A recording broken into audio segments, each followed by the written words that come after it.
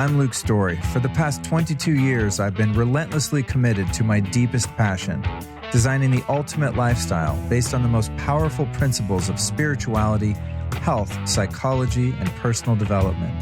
The Lifestylist Podcast is a show dedicated to sharing my discoveries and the experts behind them with you. All right, Connie, here we go. Okay. Our maiden voyage podcast. And so we're going to be talking about infrared heat and saunas and all the various ways that it can be so healing for people. And in preparation for our discussion today, I actually used my Sunlighten sauna right over there in the flex space, and because I wanted to talk about it and be able to talk about it with authenticity. So it was a good bonus for me this morning because I might not have had time otherwise, but I counted it as part of our interview. That's fantastic. Yeah, and it was amazing. From my morning. I feel so good. Jumped in the ice bath after that and, took my little supplement stack and I'm ready to rock and roll. So take me back to the beginning of how you got into sauna therapy and went on to create a company that makes awesome saunas. Oh, well, thank you for that. And thanks for having me here. I really want to compliment you on owning the fact that we're going to be in person. A lot of people don't do that. And so I think there's nothing better than having this energy and seeing you and feeling, your energy and being in your space and seeing your sauna. So thank you for having me. And thank you for making the time.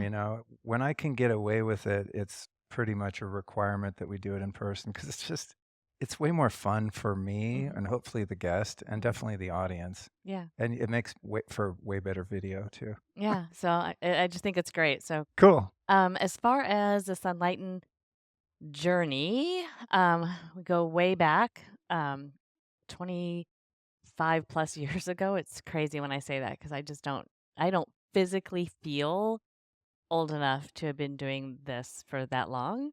So it's almost hard to hear myself say that. But so my brother was suffering from chronic fatigue and heavy metal toxicity, which was determined by his dentist. And his dentist said, Jason, I think that you have mercury leaking into your body, which is causing all the fatigue and it's causing the vertigo and it's causing the low energy levels. And essentially, he couldn't function, couldn't work, he couldn't do anything. And he tried medicine, he went outside the United States. He did lots of different things and nothing worked. And until his dentist kind of identified the source and said, I've read some articles from some studies in Asia about infrared wavelength and that if you can get it into your body, it can help pull out toxic elements. And mercury is very heavy and it's very difficult if it's in your body to get it out of your body.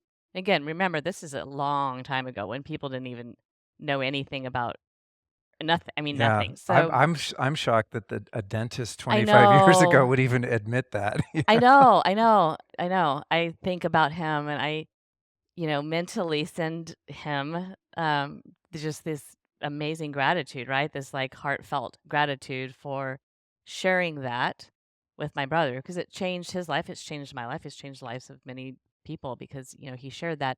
My aunt, who was at that time really into, alternative healing, started to do research and she said, yeah, there's some infrared fibers. And so he first got a blanket and that helped a little bit, just a regular blanket with some infrared fibers. But he still needed to sweat and he wasn't sweating.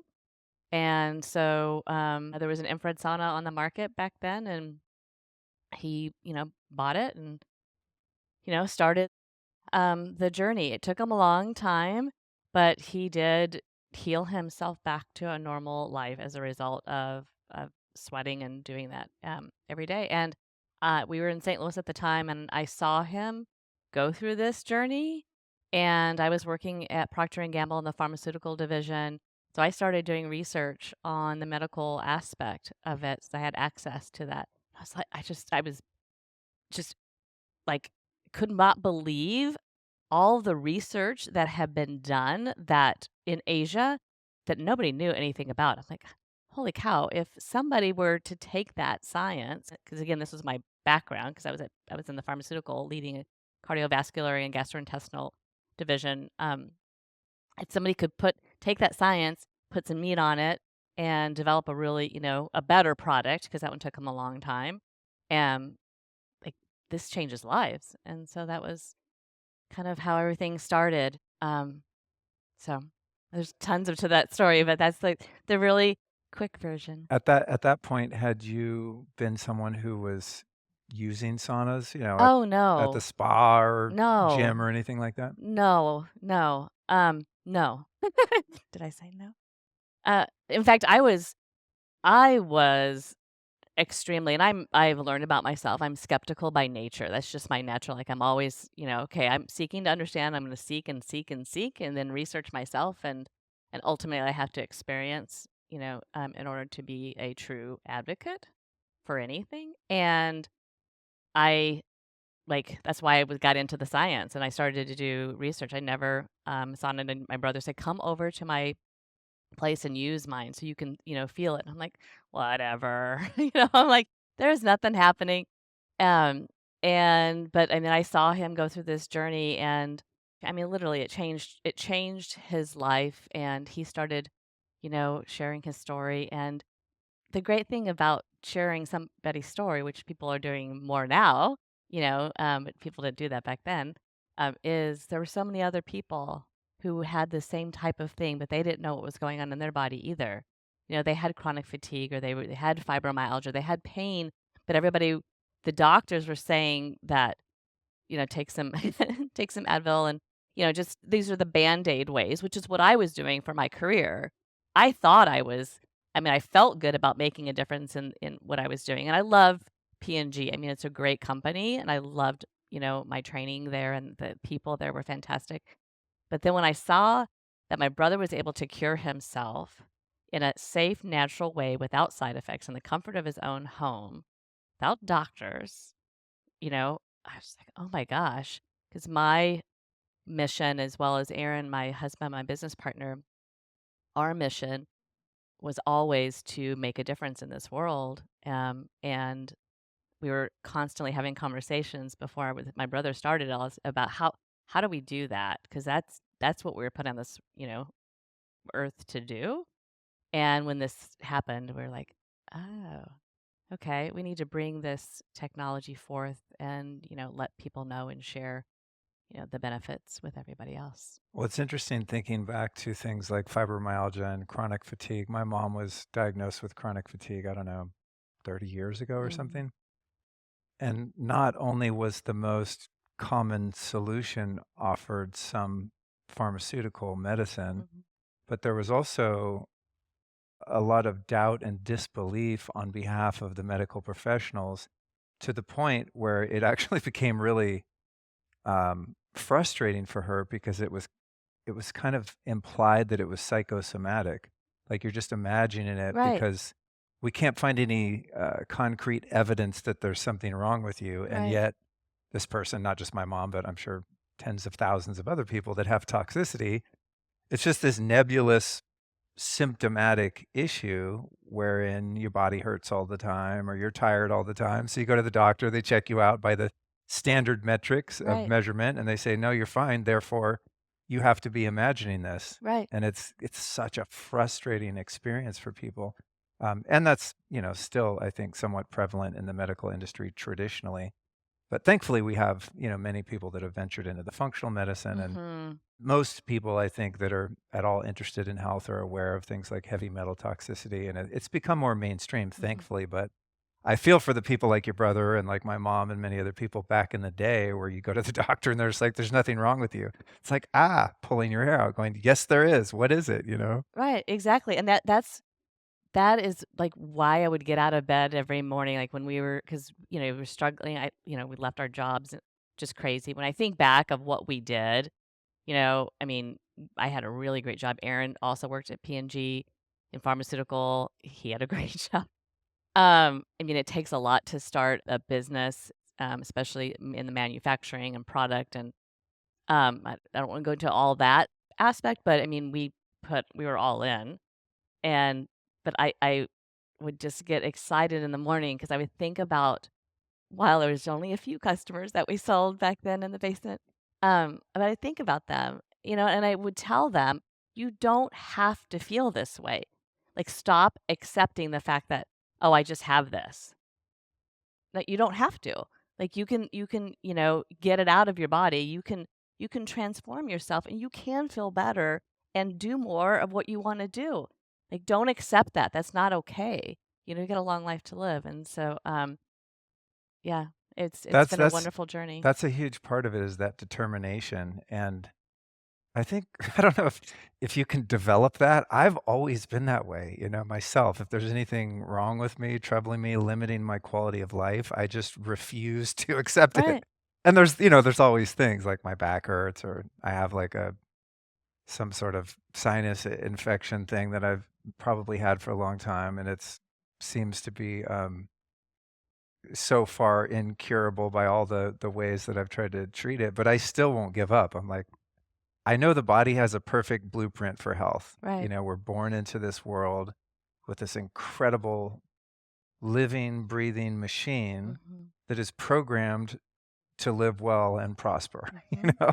So it's like, what am I doing that's interfering with the body's natural process to feel good and to thrive and to repair itself? And usually it seems that there's either some input that's disrupting that process that I need to stop, or there's something missing that I need to add, which is infrared light's a great example of that, right? It's like, I think a lot of our modern illness has to do with the fact that we're just indoors all the time under Mhm. blue light and we're not out in the sun. We've been brainwashed to think that the sun is bad for you and Mhm. that fat is bad for you and Mhm. sugar is bad for you and all these things. There's so much marketing behind Mhm. all of the things that we eat and so many things that we use in our day-to-day lives. You have to really weed through the falsehood to find the fundamental truth of what's the body missing that it needs Mhm. and what's the body getting that it doesn't want, Mhm. and that's that innate intelligence that we all have if we tap into it. Right, and it is tapping into it, right? It's the whole mental aspect. I think that's one of the things that's missing with a lot of people is when they talk to maybe a physician, and the physician says, "Hey, you're okay. This is just a sign of aging, or this is a Ah, I sign hate of." that. I know, one of my pet peeves. Like, I hate that Yeah. statement, but you hear. I mean, they say it all the time, or "Oh, this is just because you're going through this." And then people respond to that and they create this what I call like a mental, tape in their head, and that they need to change that of, no, this isn't like because of that. Like, I would really want to feel better, and how, and then ultimately take it upon yourself, right? I mean, to explore, listen to your podcast, to just I find like that suggestion. find ways. Well, I mean, it's a good source, Yeah. right? Of, safe, natural ways to empower yourself to do the things that make you feel better and have a Yeah. great lifestyle. The mindset is such a huge part of Mindset's it. I huge. hear stories about uh, someone with a cancer diagnosis that's told they have X amount of time to live and they die right on that date, right? And then other people who get the same diagnosis and they're like, delete, I'm not accepting that thought. Mhm. I'm going to get through this. And they do. Mhm. So much of it has to do with the Mhm. mind. Mhm. I want to ask you, what's it been like for you and your husband, Aaron, to run a company together? How have you navigated maintaining, the romance and ease in your relationship and also both, I'm sure being some type of driving force in the growth of your company and success? Because I found out about you guys some years ago. I mean, I knew that you existed in the periphery and have seen you guys just blow up over the years. And I'm sure that didn't happen without a lot of hard work from both of you. What's that like on a day-to-day basis? Has there been things that you've had to navigate through in order to keep the sanctity of your marriage together as partners in business? That's a great question, and people don't normally ask that, so kudos to you because that's a podcast in itself. Yeah, totally. I You know. know, how to run a business together. Yeah. Um, you know, there really, really is.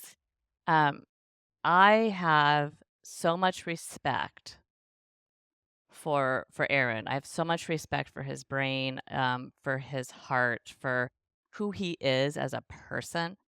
And fortunately, I was able to, before we started dating, I saw all of that, at Procter. And I mean, he was one of my good friends. And I loved his honesty and his transparency and his authenticity. He owned it when he made a mistake at work, which at P&G, that's just hard. It's some of Yeah, the thing. I It's think in the pharmaceutical industry, transparency and honesty is yeah, probably not one of the highest yeah, values. yeah, yeah, No maybe. offense, Yeah, to no, your no, prior no, career. no. But I mean, he had so many characteristics that I just really admired and respected. Uh, and and I saw him also on a work performance level, so then actually on the skills, and he had some, really beautiful, skill set. And so when we decided to do this, we actually always talked before we started dating about creating a product together, like doing something to make a difference. Like we'd always honestly have side conversations, just because we felt there was something missing with the inner fulfillment at P&G, and we really wanted something, more. So we'd already had those conversations, and then when this happened, we were, dating, and we're like, maybe this is the business. And so, I never, and I know Aaron, if he was here, he would say the same thing. Never did we ever think, oh, this is not a good idea to like get in business with somebody, that you're going to eventually spend your life with. Because when we started it, we were either just dating or just got engaged. And then we put the business in a home in our basement. And he moved into my house. So, which is, I mean, there was so much change. We're mortgaging everything to fund to buy containers of saunas to be able to ship to customers. Um, it was crazy.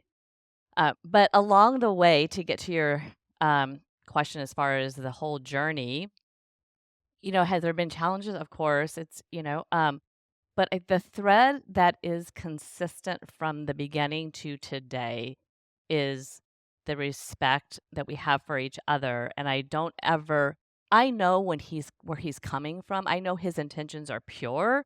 I know he is, we always want to do the right thing. We have a North Star. It's just like, even when, in the darkest days, sometimes in our business, and we didn't have, again, any money and couldn't fund things, and a customer, needed X, Y, and Z. We're like, you know what? We're gonna give them X, Y, and Z, even though we don't have the resources to do that. We shouldn't be doing that. That's the right thing to do. And so he comes at the business that way, and I come at the business that way, and that's how we raise our kids, which is also a challenge when you have two kids in a business, which we didn't have when we started everything. But Because the business is like a kid. it is, It's it is, it's a living, breathing entity. it is, it I'm is. in the process of handing off a business I started years ago for someone else to steward and for which to carry the legacy. And it feels like I'm sending a kid off to Yes, college. yeah. I There's mean, I so don't much know. I haven't done that yet, but and I don't have kids yet, yeah. but that's the closest thing I can imagine to it. There's some parallel to that of, you're nurturing something and it has kind of a life of its own. Obviously, it's not a kid, but it's a similar kind of thing because any business requires attention. It requires care and love and presence, just like any other relationship. You have a relationship to your business in a similar way as you do to people. Mm-hmm. You stop loving on it, it withers, Right. you know? Yeah, it's very true. I got another question for Yeah. you about the business, and Yeah, sure. I know I'm hitting you from left field here, No, but whatever. these are the I'm here for you. these are the kind of things I lay awake at night thinking about because I'm just weird like that.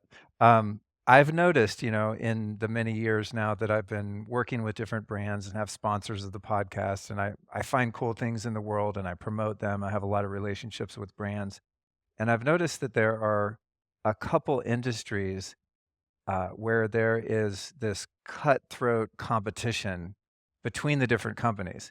And it's much more prevalent than it is with other types of products and services. The two that I think are the most interesting in this regard are the sauna industry and the mattress industry. Oh, that's Yeah, interesting. I've never heard that about yeah, mattresses. there's a lot of jealousy and possessiveness, and it's just weird. So it's just something I've observed, from I work with one brand and they get pissed if I work with another brand, or on the websites, there's like all these other brands suck, these comparison charts and things like that. And you don't find that with like a magnesium supplement or something, right? It's like, yeah, ours is great, but there's not like an attack on the other purveyors of that particular class of product. Have you observed that as being someone who's the head of a very prominent sauna company? And if so, why do you think that is specifically in the sauna industry? Yeah. So can I ask you a question before I answer that? Yeah. So, have you noticed that so when you say sauna, you're talking about infrared sauna, correct? I just want to. Yeah, Yes. Okay. I would say so, yeah. Because there's like the barrel sauna industry. They have their own thing. I don't think it's as prevalent there because a lot of those are just white labeled and they're made in China and there aren't a lot of like flagship outdoor barrel sauna companies. There's distributors. Right. Whereas like in the infrared space, there's a few big players and they seem to be manufacturing their own product and marketing their own product. And Okay. I have not noticed that coming from you guys. It's an Well, observation. that was my next question. Yeah. I mean, I would be really surprised if you'd experienced that on the Sunlighten side I because have okay, not. okay. I have not. And then my Yeah. last question was And I'm trying to be polite and not name names, but no, you you know, don't have to. It doesn't. but to be fair, no, I've not noticed that with you guys. So yes, I have. I mean, I haven't.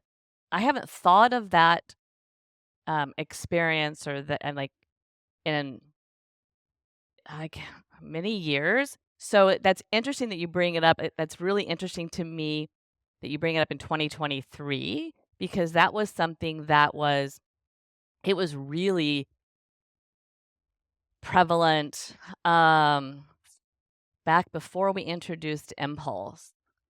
So I mean, we did introduce Impulse in 2010. So back in the early, 2000, like when we started, and then we were on Oprah in 2009, and then it got really, really bad, like the worst. I mean, everybody's like, "Well, we're just like Sunlight," like, 'cause we were the ones that were on, and they're like, "We have one too," and it was just, it was really cutthroat is the perfect word, and we actually tried to start. I never shared this with anybody. We tried to start a infrared sauna society where we banded the companies together. We reached out to somebody who was in the traditional side, who we really had a lot of respect for, who was the head of the just traditional company that's over there, and said, "Hey, you guys have been doing this a long time. You hold yourself with grace and high authenticity and high standards. It's not that way over on this side. Can we work together to bring people together and have like meetings to say, let's work together? I mean, nobody knows. We created a category. It's really hard. I mean, we started the infrared sauna category, really. There was another company, but they weren't really doing much to bring awareness to, what is infrared and why does it work and all of that. And so if, the rising tide, lifts all boats, right? So why can't we just all work together? There's plenty of people who don't know anything about, this category. And then you can go and tell your story about, what makes your brand different, unique, etc. But nobody wanted anything to do with it. So That's funny. so it has been, I mean, at least 5 years since I have heard any drama. I mean, or it may have been longer. So, it's interesting because it's obviously, for hearing you ask that question, it's still out there, which, makes me a little sad. To be fair, it may have softened a bit in recent years, and I just haven't noticed. But I've been using infrared sauna since I don't know the mid '90s, and promoting different brands and working with different brands for 8 or so years. So it's possible that it's not as bad. I notice when there's noise of that kind of competitive cutthroat energy more so because it's specific to a couple categories. Another one would be red light therapy. The red light therapy companies They get hate each other. well, there's a lot of infighting and competition, It's interesting. and how you mentioned, a rising tide raises all ships. I think why I find this phenomenon so strange is just because of my worldview being such that I see 8 billion people on the planet that are all potentially toxic because of what we've Right. done to the planet and our food supply and everything. And so there's no shortage of customers. Right. And nature is infinitely abundant. Like if none of the infrastructure of society was here and we were still hunter-gatherer people, there's literally no shortage of anything. There's water everywhere, there's sunlight everywhere, there's fire everywhere, there's fruits everywhere, there's animals to eat everywhere. It's just, and that's still the way it is. But because of the way things have been structured, there's a implied sense of scarcity because there's advantages to corporations that provide products and services to people, and for them to facilitate the belief system that there's a shortage puts everyone in competition and makes everyone at the top more money, basically. I mean, I'm going into my conspiratorial range here, but it's just the way I view the world. So when something is not like that and somebody who's the head of a company or head of marketing doesn't see that there's plenty for everyone, it's just strange to me. And I'm just going, come on, you guys, like you attempted to do, we can all work together because everyone has a unique feature. Like I love my Sunlighten sauna. There's other brands out there that have other unique benefits and they make their box a little different. Or I have one here that's a tent and it has lights in it. You know, it's like, I like both. I can't pick. And I think that's something too from the consumer standpoint is it's partly driven by consumers because people want a black and white decision. They want to know the best one of any given thing. And sometimes there's the best 5 because each one has nuances to the way they produce a certain product or provide a service that's unique. It's apples and oranges. They're both great. What do you want today? You know? So like EMF protection is one thing like that. People always say, oh, is this thing better than that thing? They're both awesome. I can't pick.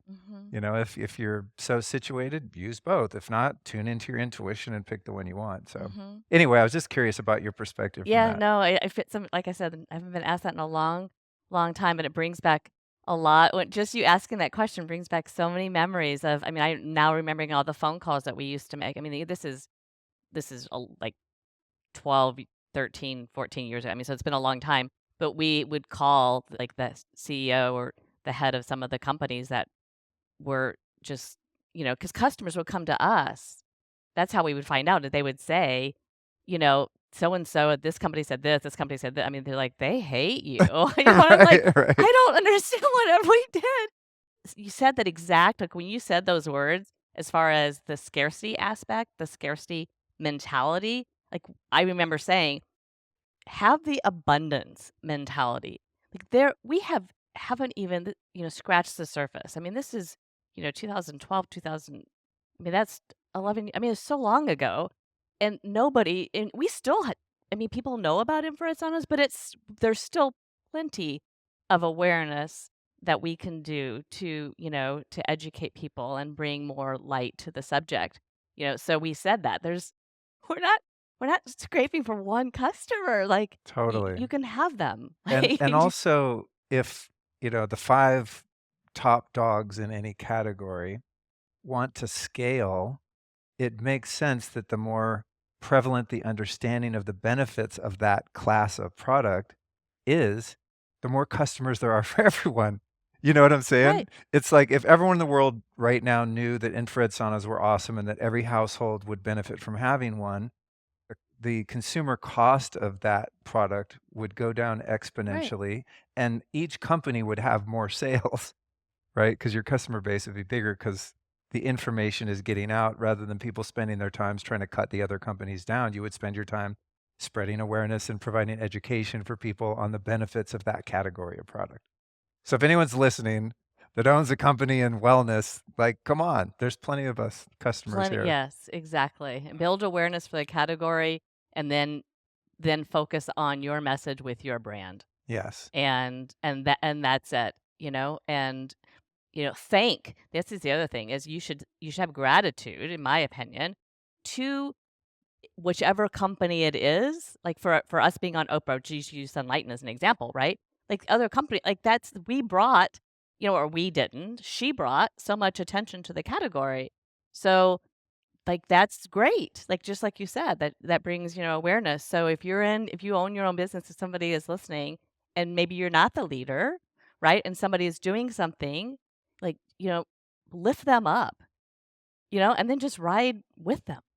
Yeah. Because if you lift them up, it's going to benefit you. If you try to break them down, you're only hurting yourself. And it just doesn't reflect great on your brand You either. made me think about the competitive edge as a podcaster, and I thought about who I think is the biggest podcast in the world, probably the Joe Rogan Experience.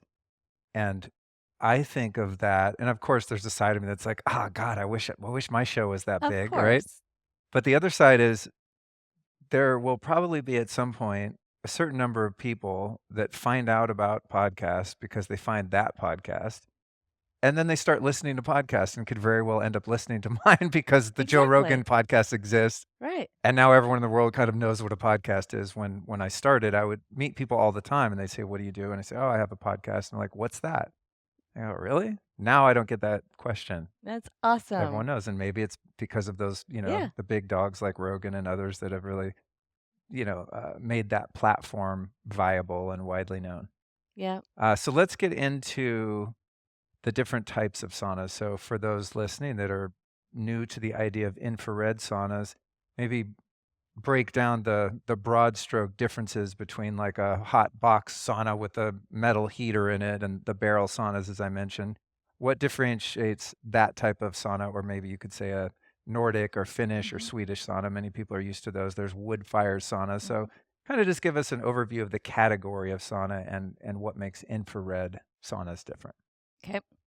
So the Nordic or Swedish or what we call traditional saunas are powered by hot air. The hotter the air gets, the shorter the wavelength gets. And why that matters to the body is that the heat stays in the cabin, whether it's a box, it's a barrel, doesn't matter. So you get hot because the air is hot. Okay, so that is the fundamental like the way it works with a hot rocks, steam, whatever in the non-infrared. We'll just put them all in non-infrared category. Okay. The infrared category is based on a longer wavelength. Let's talk because then there's different parts of the infrared. So right now, let's just focus on far infrared for this discussion. We can always get into other parts later, but far infrared because that's the main one that people are aware of.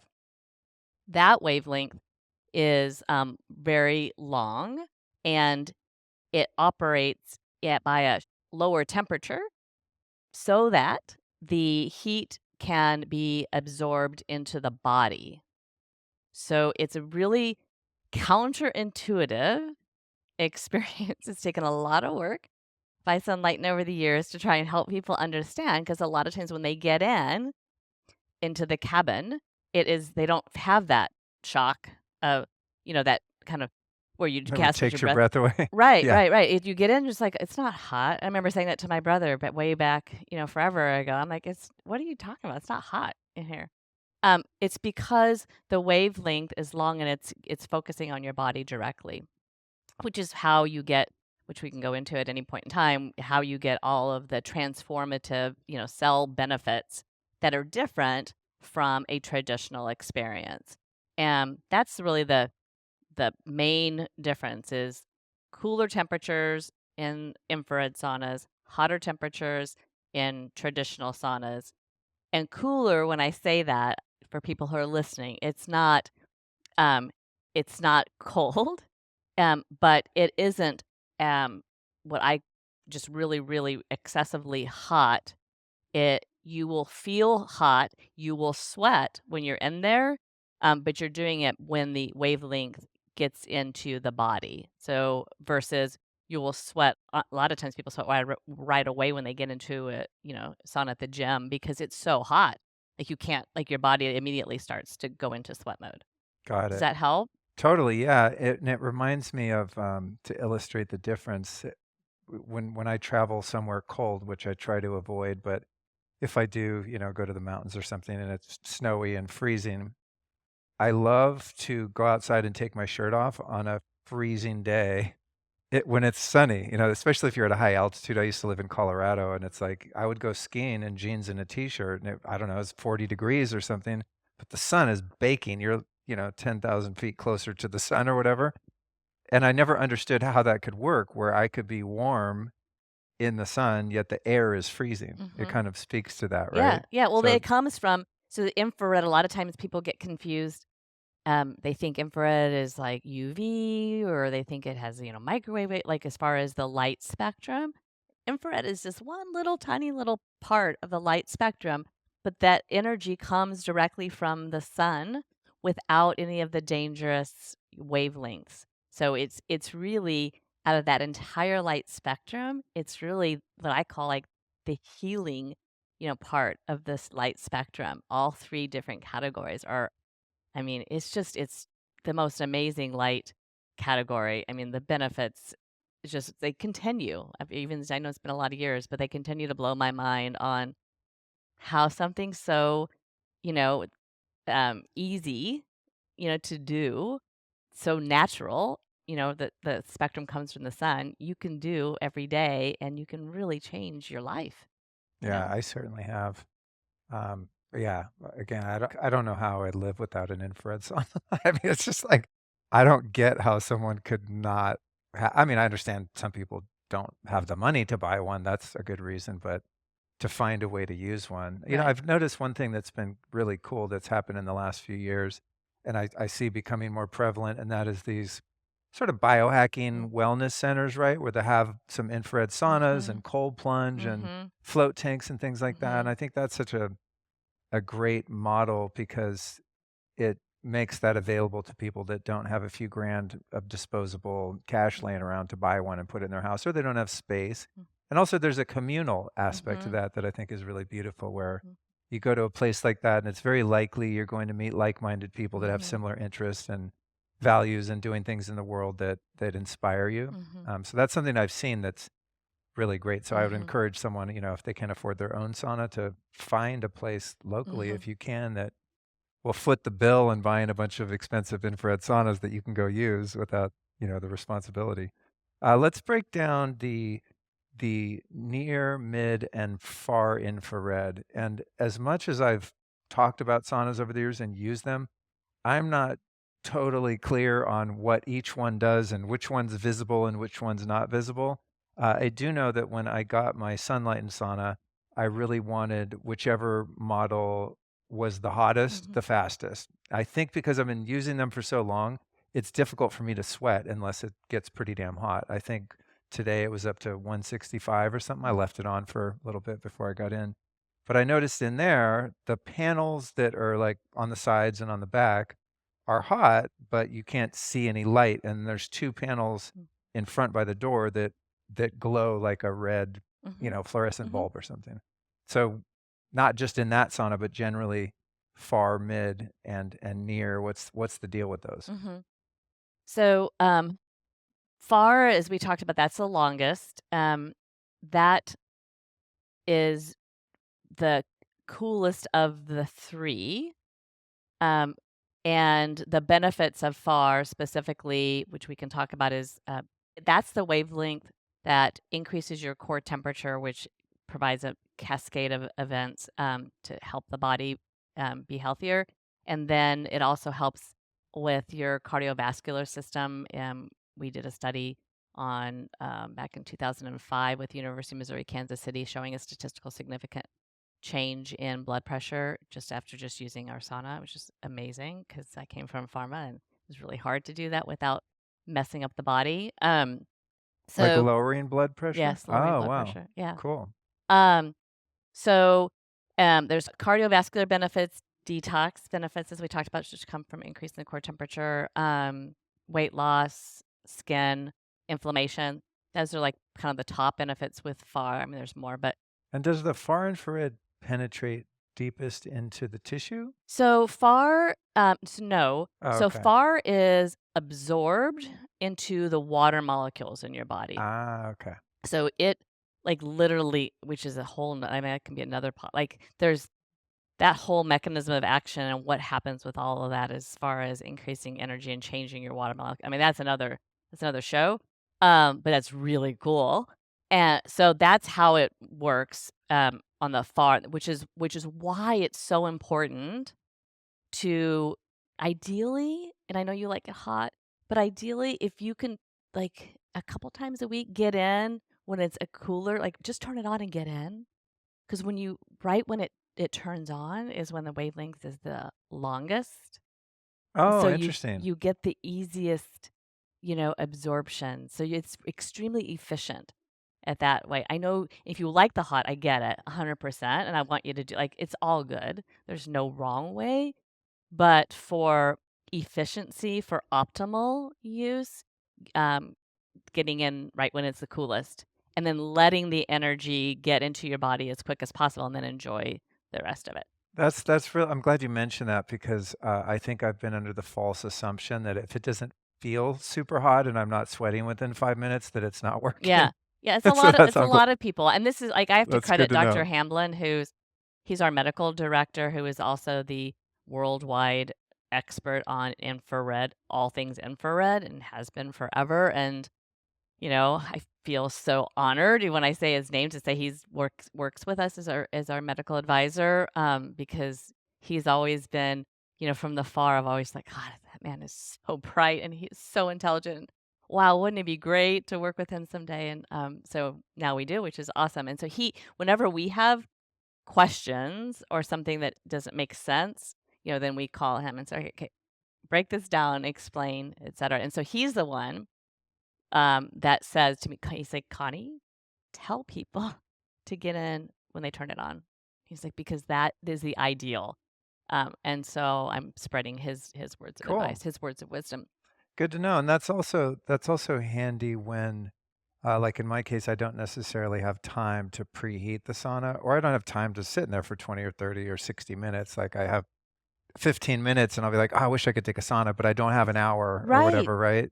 So it's Yeah. good to know that one could go in there for, 10 minutes, even though you might not be pouring sweat and still get the far, Benefit. far infrared Yeah. benefit. And I have started doing that. So I'm so glad you brought that up. And I have, and Aaron compliments me all the time about, he's like, God, that's so awesome that you just did, 10, 15 minutes. And like, because you don't need to warm it up. And it's the whole mindset we were talking about earlier, right? I've changed my mindset. I've done it with a lot of things, not just sauna, and it's really been a major game changer in my life, is not limiting myself something before I even start. And so sometimes you just say, well, I don't have enough time to do this. I'm not going to do it. And it could be exercise, it could be meditation, it could be breath work, it could be sauna, it could be, studying. There's so many things it could be. And it's better, I've found, to do 15 minutes of something that is going to improve your quality of life than not do it at all. And then, because then you start to get, it's not part of your lifestyle. So it's Totally. that whole That's pattern, that that's me habit. with exercise. I'll be like, well, I'm not going to go work out for 10 minutes. What's the point? I'll skip it. It's like a really easy way to excuse not doing it, right? Yeah, yeah. But But just even, getting your blood flowing for 10 or 15 minutes, doing whatever kind of aerobic exercise or lifting weights for a few minutes is still good for you, yeah. even if it's not the full, blown out hit training or something. And you'll find too that it helps with your mental, like shift that mindset of you start to think if you're lifting or if you do 10 to 15 minutes. And when I do it, I go in there and oh my gosh, my brain, it's like it just explodes with ideas or creativity, or I'll kind of put one intention out there. I really want to have more clarity on this. And man, it's just like, oh my gosh, that was the best 10 minutes of my day was in the sauna. So got off a little bit off track, but so we're talking It's about great. far. I want to answer your question, so Yeah. I don't want to forget the Yeah. question. So then there's mid, which is, in the middle, and that is a shorter wavelength because it's hotter. And that doesn't go, that's not absorbed as deep into the body because it's shorter. And it really focuses on the joints and the tissues, and it's really great. Kind of what I call mid is its claim to fame is helping with muscle recovery, and it's why a lot of athletes have started to use like Impulse or Amplify, which is the one you have, because it has all three in the front, because it really helps recover faster. And then near is the shortest. It's totally different. I mean, it's a complete, because in the near part of the spectrum, there's invisible light, and then there's where it starts to move into the colored light, which is different than, this is really can be confusing, so I apologize if I confuse anybody, but it's important. It's the colored part of the near infrared spectrum is different from colored lights inside a sauna like that are up above. Sure. So like the bulbs where you just kind of change, you can have orange, you can have green, you can have all sorts of different it's formally called chromotherapy, is different than the LEDs of red light is the closest to invisible, and then it's blue, and then it kind of falls off, So near, let's talk about that for a second because it's so cool. It's such a cool wavelength. Ugh, I love it so much. I call it the vanity wavelength myself. Um, it is, in order to administer the right amount, you would have to, and the right frequency and the right quantity, you have to convert it to LED. So that's why you typically don't see, there is some in yours, so, but it's in the front, because it's really hot to the touch because it's just so hot. So it was like far infrared is the coolest, then there's mid, and then there's near, which is the hottest, but it is so hot that you can't use a whole, there would be never such a thing as a near infrared heated sauna. It's impossible. It would, you know, it You would couldn't melt. exist. Yeah. Yeah. So you convert it to, so we use near infrared invisible LEDs to deliver an impulse to deliver the near infrared, and then in some of our other saunas have full spectrum that have all three. Then we use a different type of bulb to deliver the near infrared. So that is a summary. Cool. And the near infrared is really great for anti-aging. It's so much science on wound healing, and it's also great for pain relief. There's some great studies on depression now, which is a subject I'm really passionate about. Just because I feel that people, since COVID, I don't know, I just feel like there was a shift in the world with the mind and kind of people going down rabbit holes, um and so I want to lift, them up and educate them on ways to kind of help the brain, and near infrared is one of those light waves that can help the brain. There's a lot of other benefits of it as well, but it's Cool. totally Cool. separate, and it works differently than all the other wavelengths. And which models of Sunlightens have all three? Do some just focus on one or two of the spectrums, or? So our original, which is called the Signature, that was our original sauna that was on Oprah. That was just far infrared only, and that's great. Like if you're looking to detox, and that's like your main thing, you don't have to get the other two. And I always say this to people. They're like, "Well, I want the best." We talked about this. I want the best. Like it depends on what is the best for you. Like what do you, I'm really passionate about the Solo, which is our lie down model. We have both. We have Impulse and we have the Solo. And that is a portable unit. You lie down. It only has the far infrared. I hate saying that only, but it has, one wavelength. Because it sounds like it's less than the others. And it's not. It's extremely effective and extremely efficient for increasing your core temperature for detoxing the body. That's the sauna that we did the UMKC study with. There's been so much data about that. There's depression. There's so much data about that sauna. So that's really great for far infrared. So Solo and Signature have far infrared. Amplify has far infrared behind you, and full spectrum, meaning the entire spectrum of infrared, near, mid, and far in front of you. And then Impulse has them all separately. Okay. And I have the Amplify. Correct. Yeah. Okay. Correct. Amplify will get the hottest because you have like a lot of the mid essentially with a touch of the near because you can't have too much of it in the ones that are in front of you. So you're going to get hotter faster in the Amplify for sure. Okay, cool. I definitely got very hot today. Thankfully, I had the ice bath afterward, and then I was ready to record and not You're be so pouring in healthy. sweat. That's awesome. Yeah, it's pretty awesome. That's my favorite combo. I can't think of anything that improves my mood better than that. And you mentioned depression, and I've heard murmurs of this type of sauna therapy helping to produce more happy neurotransmitters, dopamine, serotonin, etc. Are you aware of any research that supports that other than just my anecdotal experience of like, wow, I have much less anxiety and I don't really suffer from depression, but I could if I paid attention to what's going on in the world.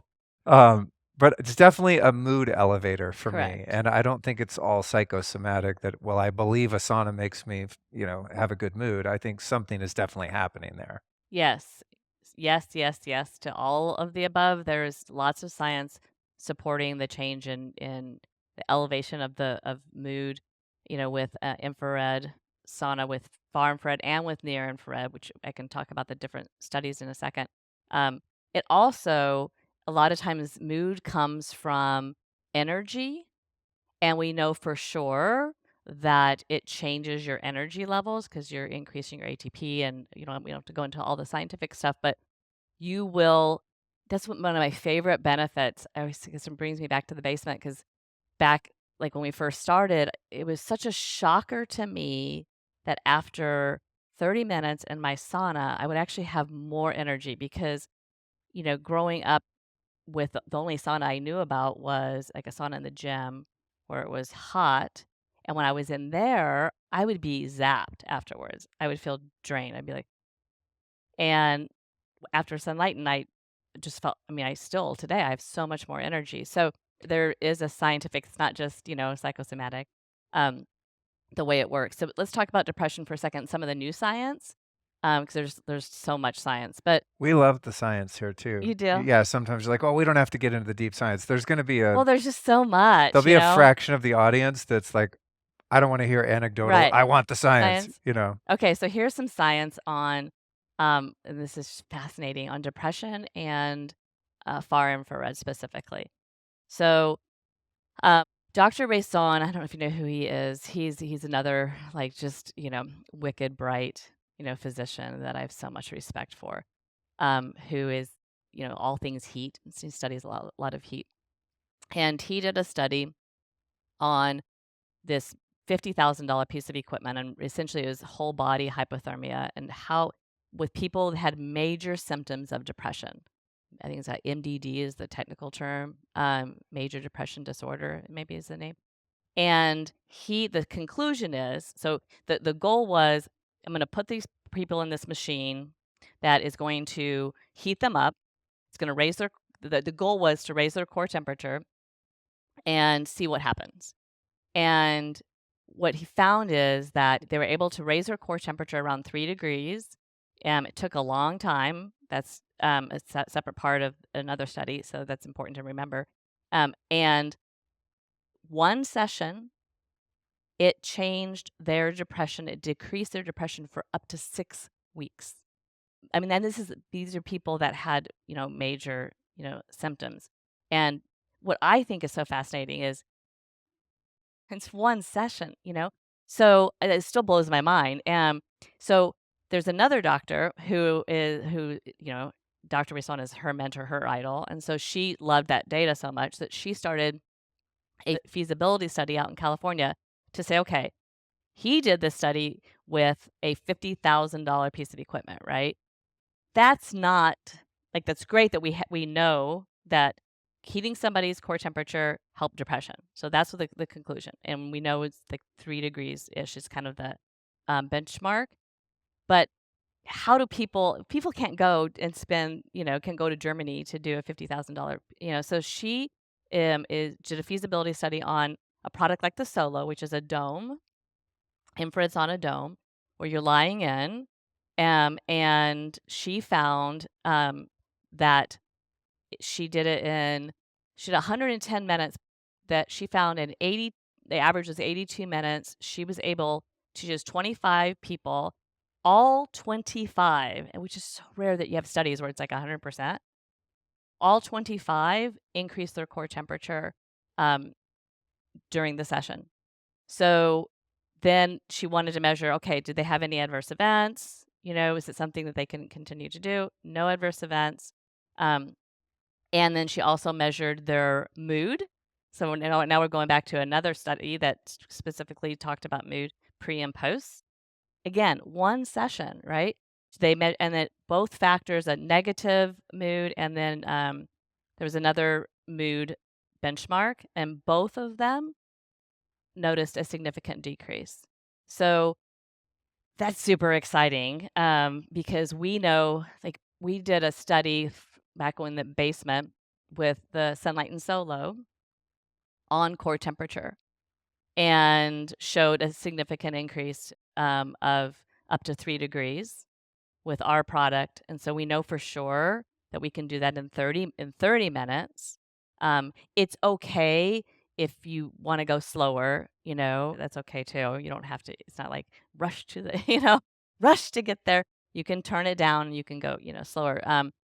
The important part is not the time to raise your core temperature. The important part is that you do it. And what happens is what they're thinking is, as far as the mechanism of action, as far as like, why is this causing what relief?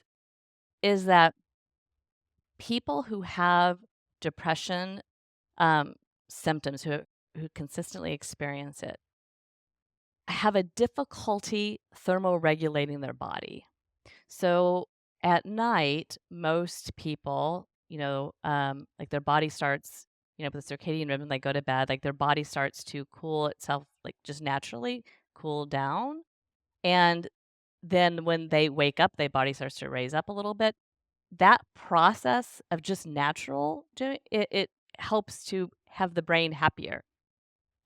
When that's blocked, then you there's no regulation, and the brain like signals like, I'm not happy, and this sucks. So infrared, far infrared specifically, when you increase the core temperature safely and naturally, in a comfortable way, so it feels like your body's, it's not a shocking thing, like it elevates I call it the switch, the switch in the body and the brain that says, I'm supposed to cool myself down. It goes off. So it starts to regulate the body again. So when the temperature goes up, then the body starts to cool itself down. And now they can do that on their own, which is, I think, Oh, why cool. that it lasted for 6 weeks, because it's kind of like we talked about at the beginning, where your body is a vessel that really is built to self-regulate and to heal itself and to, be healthy if we just provide the right, nutrition and mindset and all of that. Same thing. If you're stuck, we have technology and resources that are easy and accessible, which is what Dr. Mason, she was all about, accessibility is why she does feasible study. It's like people need to be able to know that they can do this in the comfort of their own home, or go to a business that has it if they can't have it in their own home, and do it and get yourself back on the path to a healthy brain and a happy brain.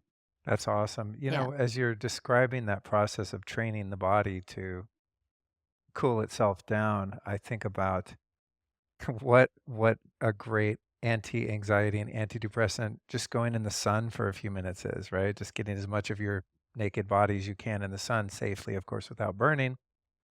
I mean, that is such a mood booster, and I Mhm. bet something similar is happening because you're getting Right. some of that infrared You spectrum absolutely from the are. sun. Yeah. It's just the benefit of a sauna is that you have no risk, as you said earlier, of the degradation of your tissue from the UV light exposure, right? If you have too much of that UVA sitting out in the sun, especially if you're a fair-skinned person, you could get fried, and then now you've got inflammation and all kinds of other problems. But, it goes back to nature. It's like Right. nature is the ultimate antidepressant, but we might live somewhere where we don't have sun. We might have a complexion that doesn't tolerate sun, and maybe we don't want to age prematurely from getting too much sun. So the sauna is actually just taking the antidepressant, anti-anxiety medicine of nature and putting it in your house. Right. Well, that's Yeah. exactly the reason we named our company the way we named our company, is Oh, I didn't because even think about that. right, Sunlighten is just because Totally. we're harnessing the benefit of the sun, but only using the healing parts of the wavelength that you Right. can do in the comfort of your own home. So, like, we're bringing the sun inside. I didn't even think about that. Sunlighten, and you're also lightening your mood. Yes. Like if I ever feel heavy, that'd be a good way to describe it, just Yes. overwhelmed, let's say, and stressed out. Mhm. I mean, it's night and day after doing a sauna session. It's just like problems seem smaller. It's weird, but it's true. It works. So I'm also, I love when there's valid science and Mhm. studies to back up what I think I'm experiencing, because Mhm. I also don't want to trick myself. I mean, it's fine if I do. Placebo's awesome. Yeah. If it works, who cares, right? Right. I'll take a sugar pill and cure my diabetes any day. But I don't have diabetes. I'm just saying.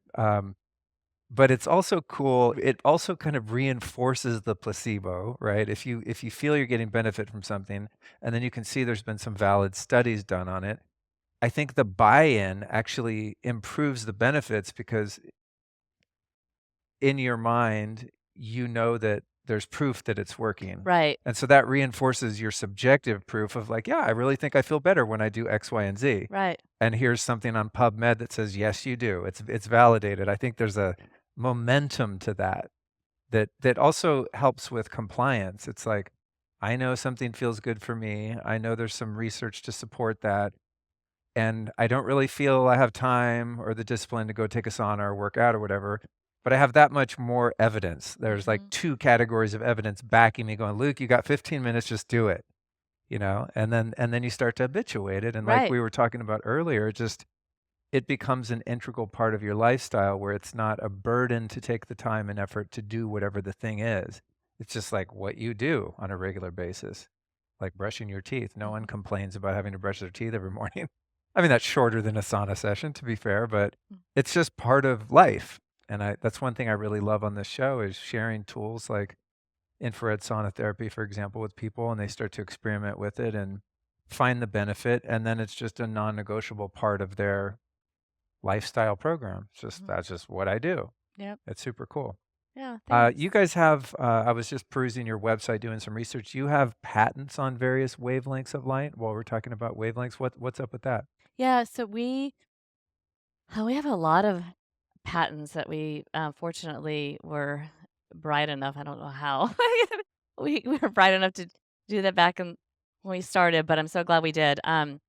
Patented the one of the things we studied, to take a step back at the beginning, was really trying to understand this whole, um, concept of far infrared and how do you deliver the highest amount, because it goes back to exactly what you were talking about, like, there's you feel something, but then you don't have the science to, so I really wanted, and Aaron really wanted, the science to support everything that we were doing, and you would feel different if I would take an inference on A, and would take, for example, the solo, 'cause that's kind of where everything started, um, sauna B.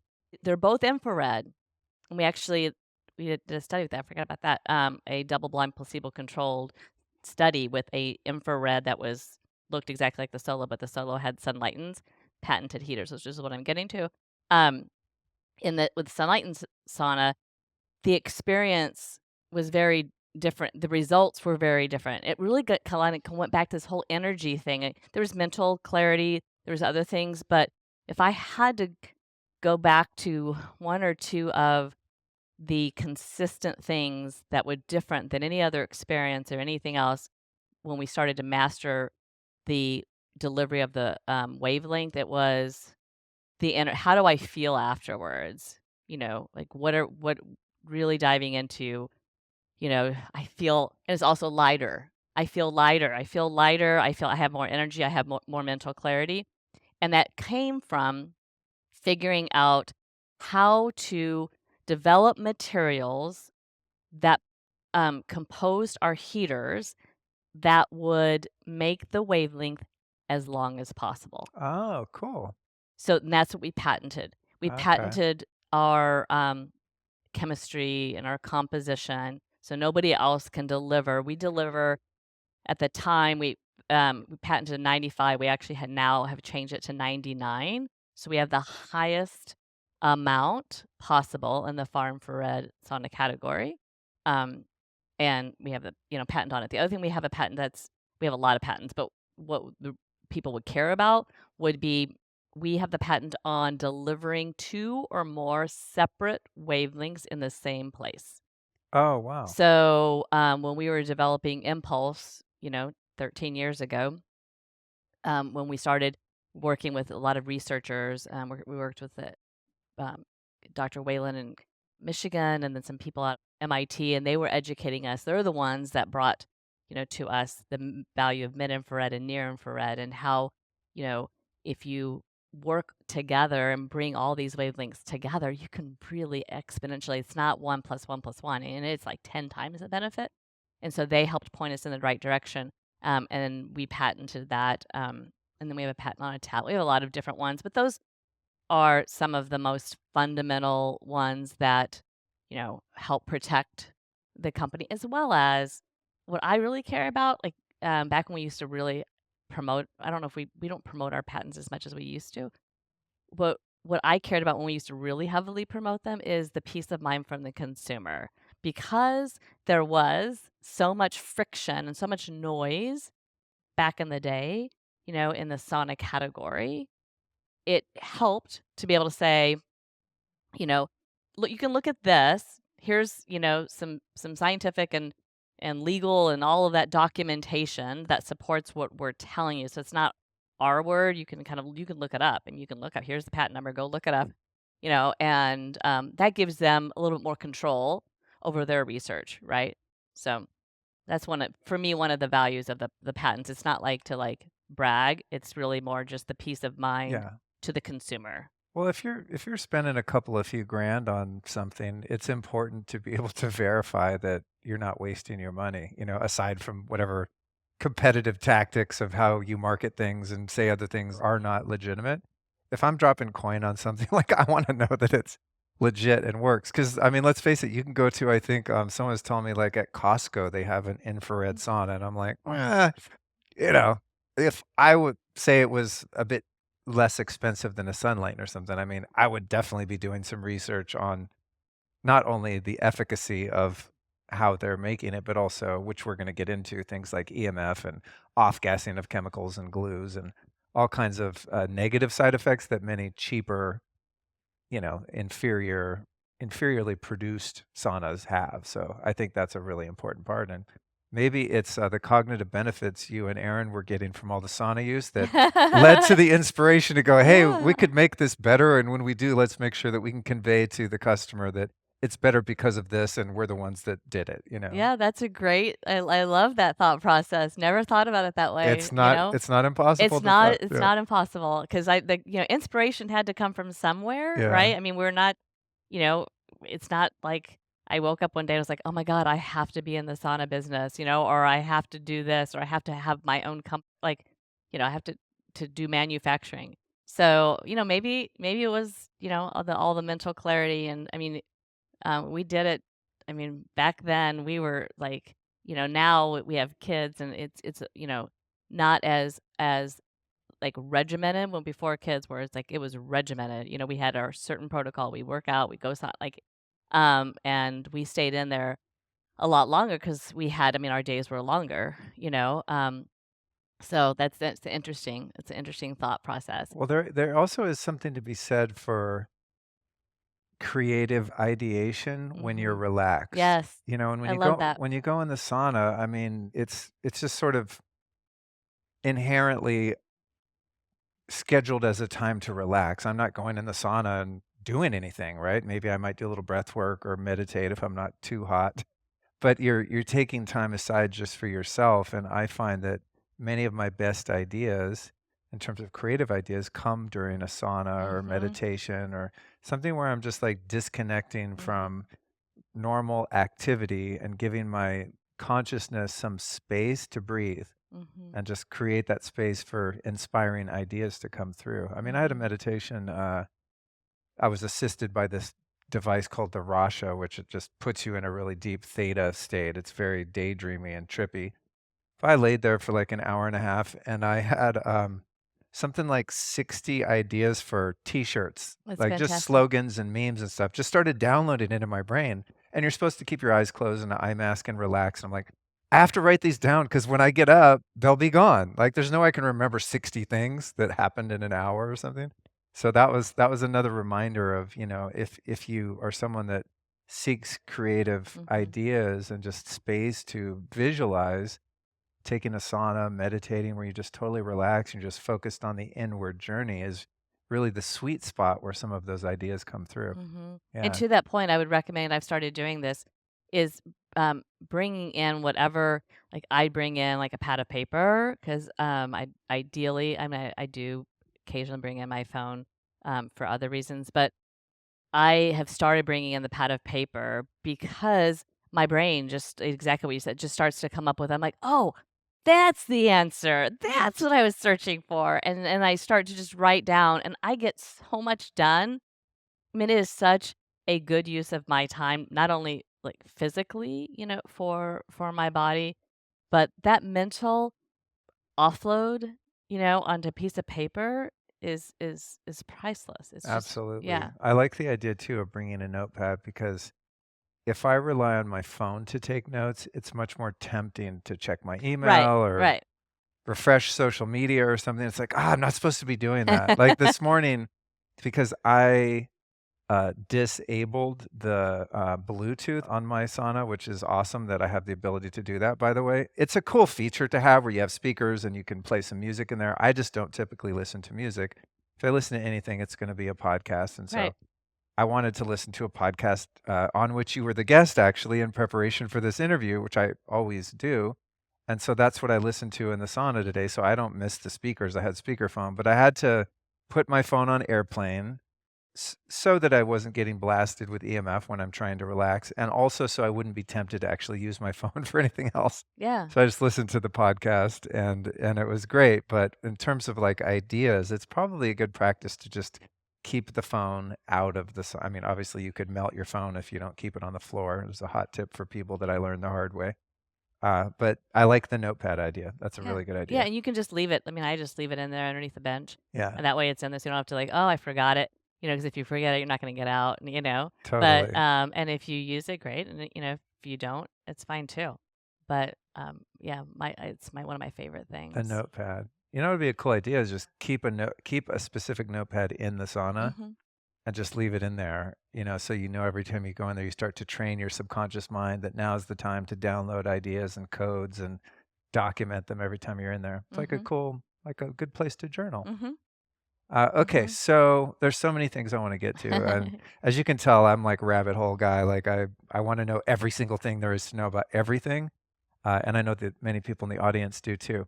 So, what about, I guess I want to talk about some of the benefits. I mean, that's the thing. People are like, yeah, yeah, cool. It's good for you. It helps you feel good. But I know there's a lot of documentation, and you've alluded to some of these things. But I think you talked about blood pressure.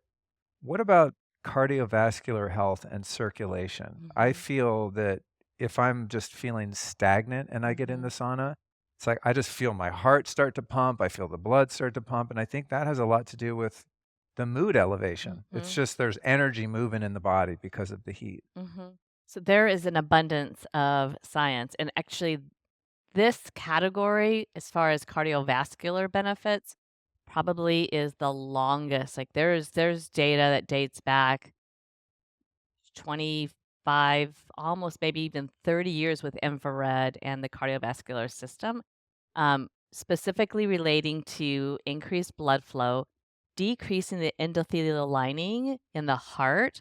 So when you're looking at, I mean, there's tons of data on congestive heart failure and increasing the quality of life, decreasing morbidity and mortality. Like, I mean, really important things, because the wavelength is getting into, again, it goes back to, we said at the very beginning, getting back into the body. So it's not in the air. Like you're you're healing yourself energetically. And when you're receiving that wavelength, it's kind of, you're promoting oxygen flow, you're promoting an increased oxygen level. So that starts to stimulate blood flow. That starts to, like the plaque and a lot of the stuff that will block flow, it starts to dissipate and disappear so that the body goes back to the normal state. I mean, our body's made to do that. And I mean, that data alone. I remember researching it back, so long ago, which showing the markers, such as triglycerides and cholesterol, and increasing the good cholesterol and decreasing the bad, that's been done with infrared. And so that's why a lot of times when you come out and you look, healthier, you're increasing circulation. People that suffer from Raynaud's and like different types of circulatory conditions can start to regulate their body, by using that. So there's a lot. I mean, I could be here all day to go through all of the science on the cardiovascular system. And then that one study that we did ourselves. I mean, that is when you talk about validate. I mean, imagine like Miss Skeptic here, like when I still think about the risk that we put ourselves into not knowing. We had no idea.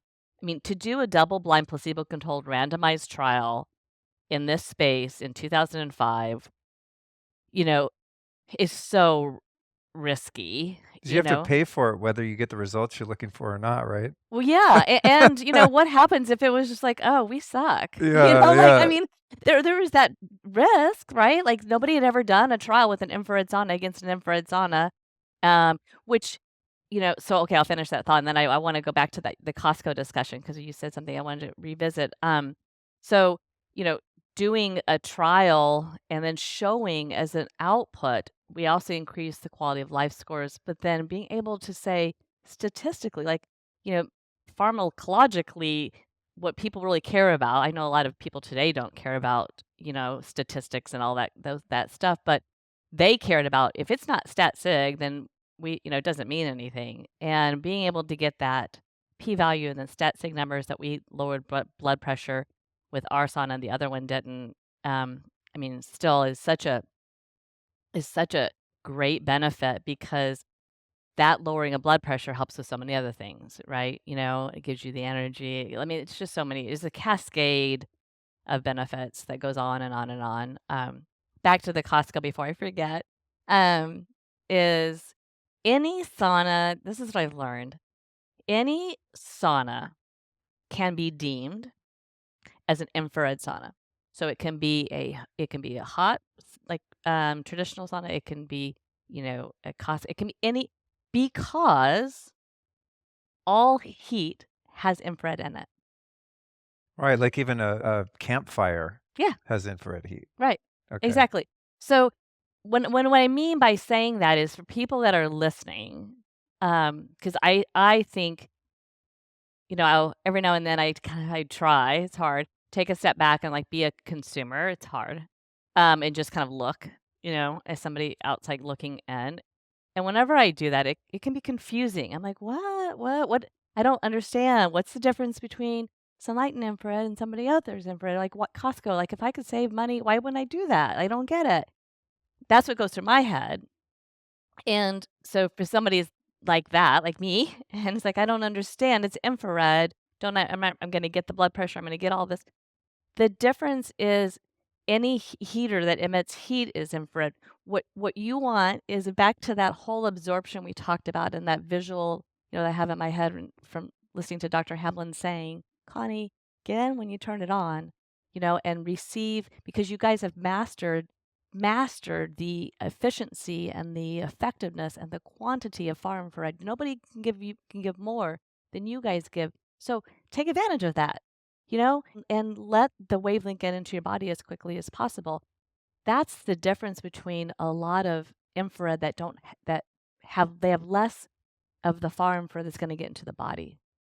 So if you want the biggest bang for your buck, you really want the product that's going, to give as much as possible when you're in there. Does that make sense? Yeah, for So it's sure. it's hard for people to understand because the word is synonymous. But when you have, it does matter the quantity, the amount of the wavelength. It matters. And then when you get into the other wavelengths, it matters on the frequency. When you get into like the nanometers, it matters. It's like I always use the analogy of when you're trying to boil water. There's a brand out there. I think I haven't looked at it in a while, but I think the brand is called 212. I believe it's a great self improvement brand that talks about powering yourself. And the reason I put 212 is because I think it's 212, because that's the degree that water starts to boil, and it's going after that extra 1 degree. So if you're trying to boil water and it's at 211 or 210 and you stop, you never get to that magical tipping point which you're trying to achieve. And that's energy, right? There's always a tip. There's always a point where, you convert. And that's what we have worked on for all these years with infrared is mastering the quantity, mastering the amount, mastering the frequency of each way. They not just, not saying that other people like slap a heater together, but it matters. It does matter. The materials, the emissivity, the amount, all of that matters in the experience that you're receiving and ultimately in the benefits, that, you receive. So, Thank you for that. And that's one of the goals of this podcast is to demystify these topics for people, yeah. It's like educating consumers and people that are interested in their well-being and helping them not to waste their time, energy, and I money, know. That's my time is Yeah. my number one thing. I say this to my kids all the time. I'm like, you can find other ways to get money back, but you can't get your time back. Like time is the most valuable asset to me. And so I want to be as efficient, as possible in the time that I have and be present and accounted for and show up and, you know, it's just the way I like to live my Right on, sister. What life. about, we talked about mood. Yeah. What about more serious cognitive issues, Alzheimer's, Mhm. dementia, things like that? Is there any research that has Mhm. taken place that supports saunas assisting Mhm. with that? Yes, there is with far and near. Some of the most compelling, I call it new, it's not really new, but more recent research is on the near infrared LEDs and using them directly on the brain. And the research shows, it's just fascinating. They've taken pictures of the brain and like the difference in the lobes and how the brain is working before and after the brain receiving the near infrared light. It changes. Essentially, it goes back to I always use the word switch, like kind of unlock, because I feel like that's what we're doing in different ways with the body, different like mechanisms, like with the heart. We're like unlocking all that like getting everything moving. With the thermoregulator, like turning on the switch that allows the body to regulate itself, so that you can cool down, you can heat up, you can do a bath, and you can do like you can do it all. Your body will feel it, and then it'll adjust. Same thing with the brain. There's a lot of people that the brain, the way it's wired, certain parts of the brain are not active and not actively engaged. And so, what are some ways that we can get them sparked and unlocked? And near infrared definitely does that. I think this would be great for politicians if that's the case. Seems like there are many parts of their brains that don't work. I'm going to pledge the fifth on that one. Sorry, You go ahead. couldn't resist. That's okay. What It's your about podcast. something that I've seen in the research around infrared saunas is issues with postpartum. Mm. How does this assist women that have had babies and are struggling with the recovery from that process? Mm-hmm. A lot of that goes back to the whole serotonin and the brain and kind of readjusting the hormone levels because your hormones get so out of whack, when you're pregnant. And it's goes back to the whole regulation aspect. I also think that now that I'm learning more about the cognitive benefits specifically, I think there's a connection there as well in both far and near in being able to um, elicit, a happier feeling naturally. I mean, I feel happier. I did not, thankfully, I did not, suffer or go through the whole postpartum. But I know from, Dr. Mason's work, Dr. Raison's work, with depression and the way the body is responding, that if you can find a way to thermoregulate, then the brain is able to switch. We can find ways to control our brain. I know so many people just accept, oh, this is what I have. That's a problem too. You just say that. Like, cancel that thought, Totally. Well, you that's know? part of the error in the medical system too, is you get a diagnosis and it's like, Right. this is your life now. Right. And if you buy into that, Right. and not even just if you see a doctor, but just you read things online or there's just a prevalent belief system around a particular issue or ailment that, oh, it's just the way it is now. And you go, oh, okay, well, that's what the professionals say. And then that gets lodged in your consciousness and keeps you in that perpetual cycle of that issue. Right. I know. We need to Yeah. change that. Damn straight. Well, we are. I was thinking about the postpartum thing, and this is Mhm. something I know very little about, but we have a lot of female listeners, so I get Mm. questions about this type of thing.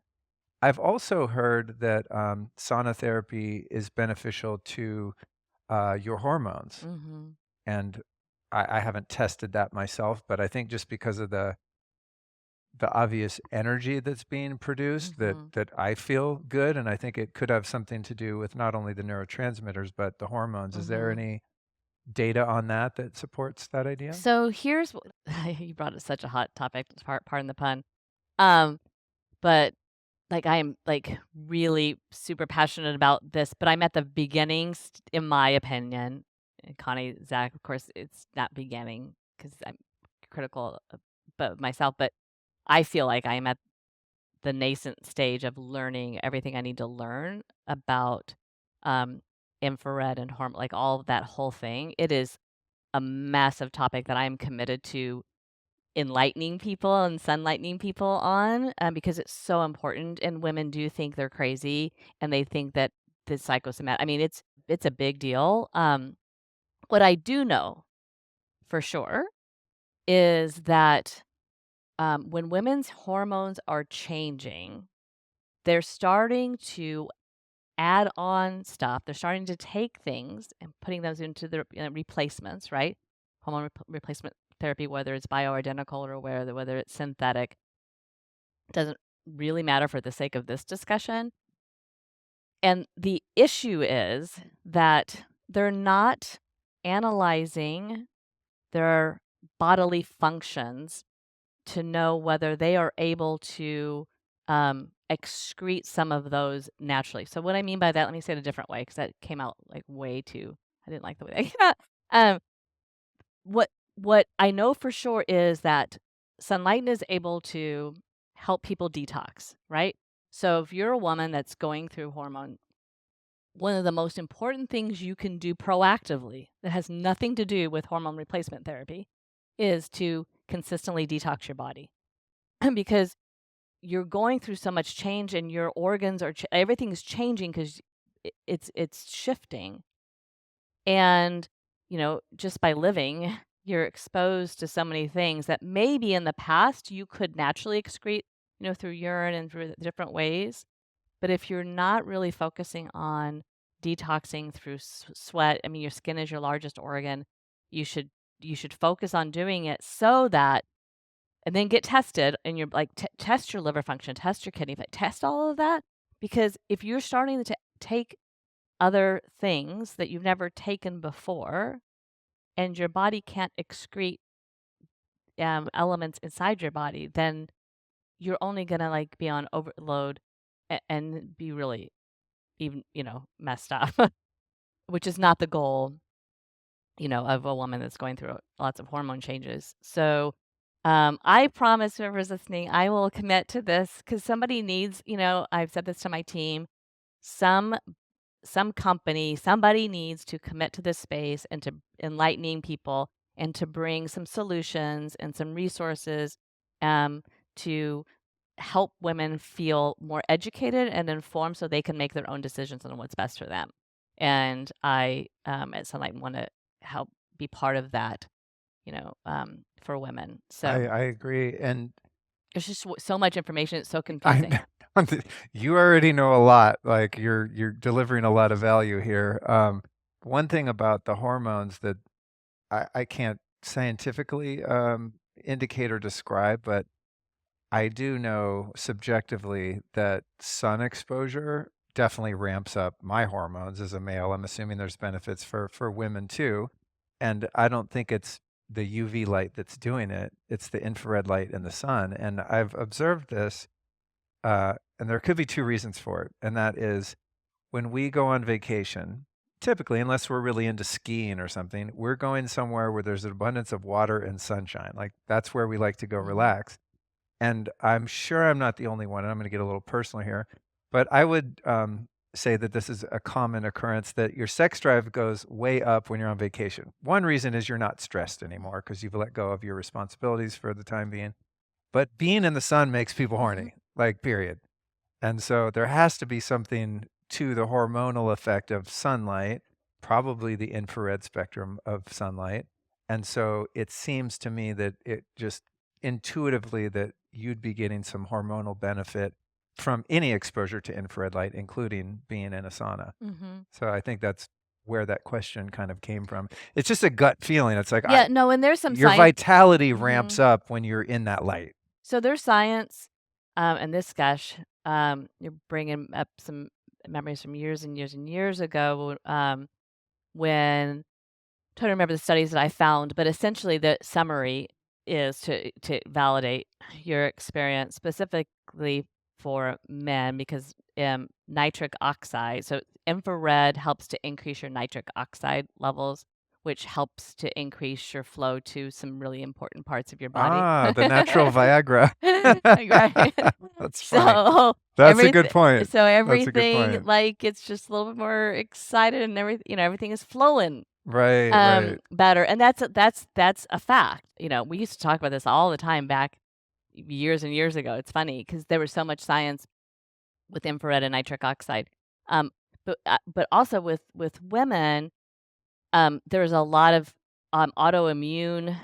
So there's a lot of data supporting thyroid function, like increasing the thyroid function in a woman. And there's a lot of doctors that have done extensive research in autoimmune disorders and infrared specifically. And that really helps, get, if the thyroid's off, then your estrogen's off, then everything, all the other hormones, because the thyroid is the conductor in your body. So if you can get that back functioning correctly, then you can have your, female hormones that get you, as excited as your nitric oxide does to the men. Right, right. And so, if that happens to both of you when you're in the sun, then, boom, procreation may happen. There it is. And you also raise another contributing factor there in the toxicity in the body and specifically endocrine disruptors. And so I want to cover two kind of broad topics, and I can't believe it took me this long to get to detoxing, because to me that's the holy grail of sauna therapy, is the way that it helps you detox. And I also want to talk about EMFs in the sauna industry, because that's a huge concern of mine and many people's.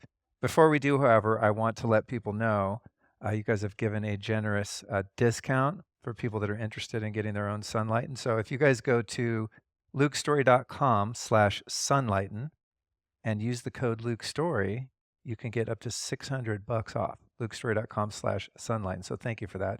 I love when guests give the audience a hookup, and if you come talk about your product, you're like, cool, go pay retail. I don't know. It just doesn't land as well. So thank you for that. Of course. But I do want to get into the detox process and just share a quick story. Years ago, when I had my old super high EMF Korean infrared sauna that my dad gave me, God bless. Aww. And even though it was really high EMF, I think that the benefits still outweighed, the EMF exposure.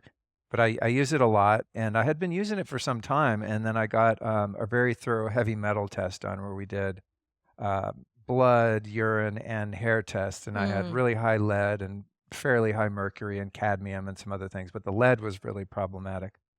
And so I was like, I got to get rid of this. And God knows what it was before I started using the sauna. It was probably much worse. I'm sure I knocked it back a bit, but it was so high.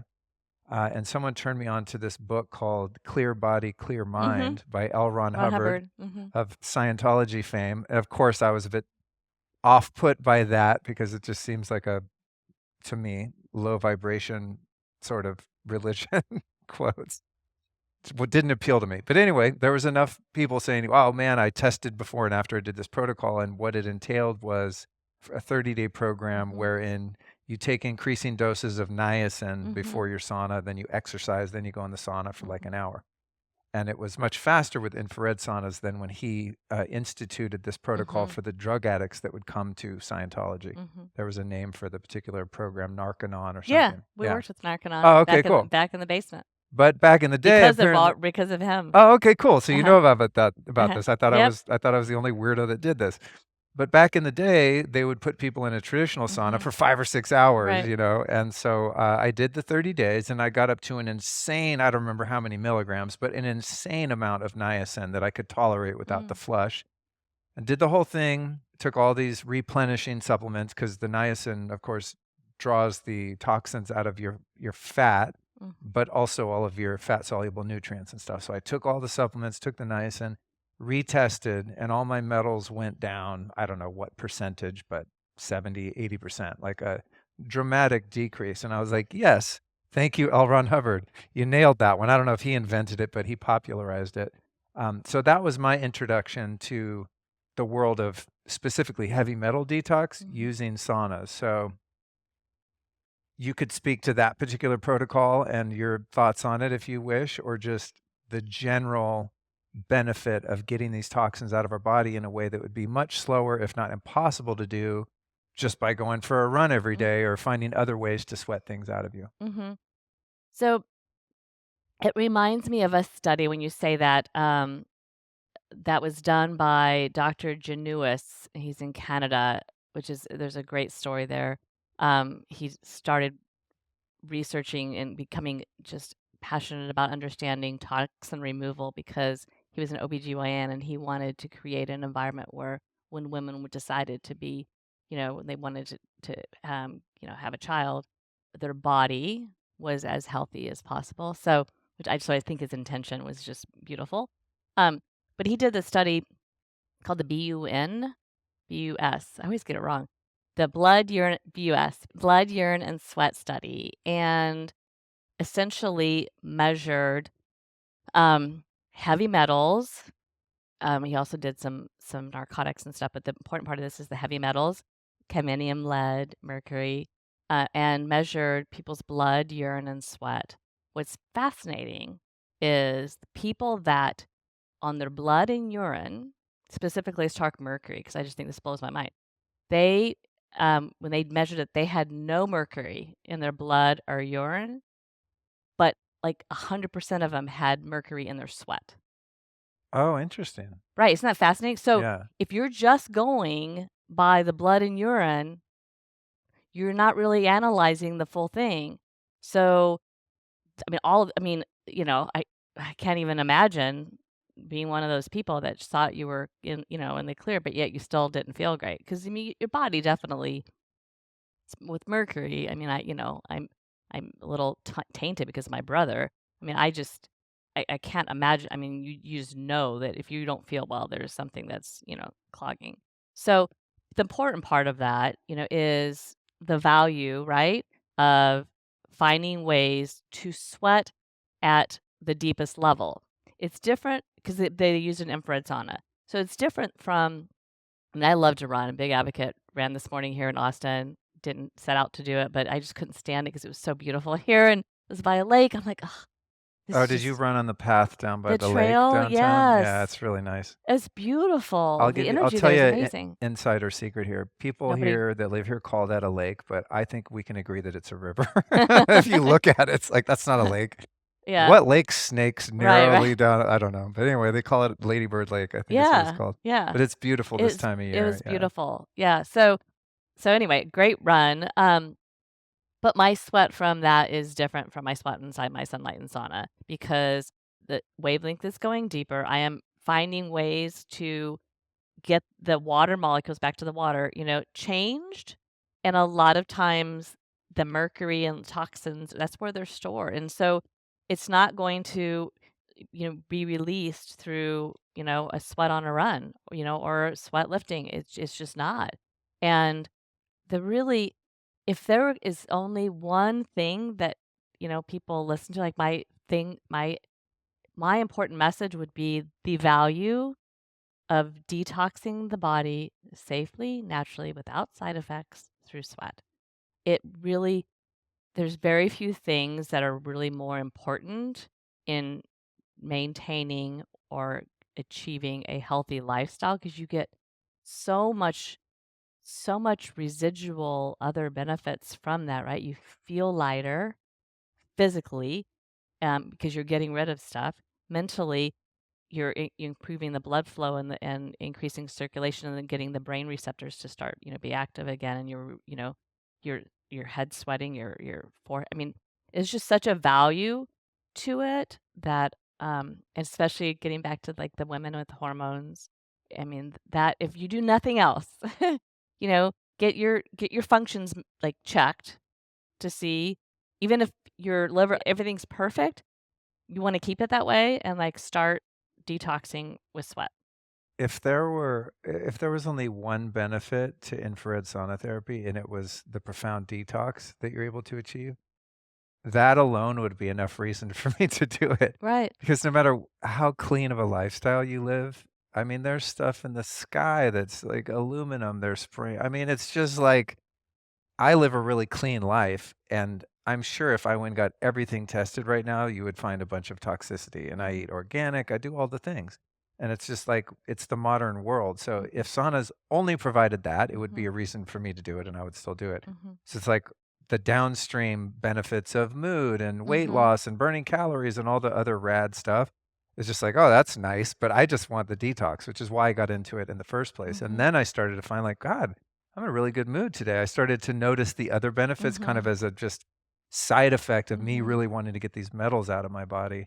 But the endocrine disruptors, the metals and other plastics and these things in your body and jacking up your hormones is just a huge issue. And one thing I learned about different types of sweating because you can go running in August in here in Texas, and by the time you get to the bottom of the driveway, you are drenched in sweat.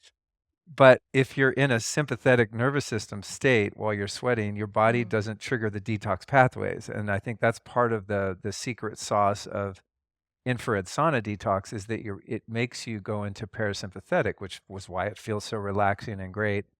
Even unlike, as you said, a traditional sauna where it's kind of stressful to be in heated air that's 220 degrees or whatever, even though I like that type of sauna too on occasion, but it does make you a bit more fatigued.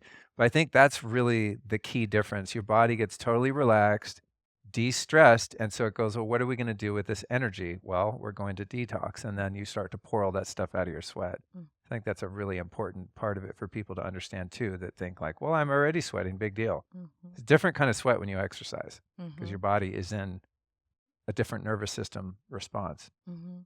Yeah, I Um, totally agree. yeah, that's me putting on my little brainiac to add to the conversation. I know it's true, and your emotions too. I was at a recent wellness conference, and the talk was about, hormones and how there's so many negative emotions connected with hormone change. And an issue that's happening is those emotions, when you have like fear or hate, like these negative emotions, they are received into the body, they get stored into the body. Yeah, yeah, good point. And so if you're not finding ways, to remove them and get them out of like their organs, they get stored in your gut and your organs, and then they're trapped, and that's not good. So that's another reason to, you know, detox. What do you think about taking binders? Because I think that the Scientology protocol, if I recall, this is many, many, maybe 15 years ago when I did that protocol. But I think you also took some activated charcoal or calcium bentonite clay or something like that. And sometimes, I don't always remember, but sometimes when I'm going to do a long sauna session, I will take a bunch of electrolytes and, great salt water or whatever. And then I'll also take some binders because I know that I'm releasing all those toxins potentially into my bloodstream. Do you think that's a good practice to do every time you take a sauna or just here and there? What can you say about taking binders? There's a lot of, I mean, a ton of great research and great wellness experts that definitely recommend, different types of binders while sauning. Um, and most of them, I would say, do recommend doing it consistently. Um, I personally haven't researched the connection between it makes logical sense to me. I haven't researched the connection between the two. I have not looked at the frequency of that and if it makes a huge, difference. Um, intuitively, it makes sense if you're doing something where you would detox and you're also taking something that's going to help expedite that process. Why wouldn't you do it? But I leave when we talk about binders and start to get into charcoal and algae and all the different, spirulina, like all the different ways to kind of, I leave that to those people who are experts in that I respect that. area. I respect Because that. it's just not, it's not my thing except for just the intuitive piece. I mean, I'm a hydrate. Like for me personally, if we want to just go on a personal level, I am so simple. Like, I could not be a more simple sauna user. I mean, I have my normally, I look down because normally at Sunlighten when I'm doing these, I have my hot water with lemon, that's right with me, and that's my thing is I hydrate and hydrate, hydrate. I've thought about adding I loved hearing you talk about the salt water. I've starting to hear that more and more, so, thought about that, haven't done it yet. But I love the benefits of heating, like, I call heat stacking, habit stacking, sweat stacking, like, going back to the efficiency and using my time as wisely as possible.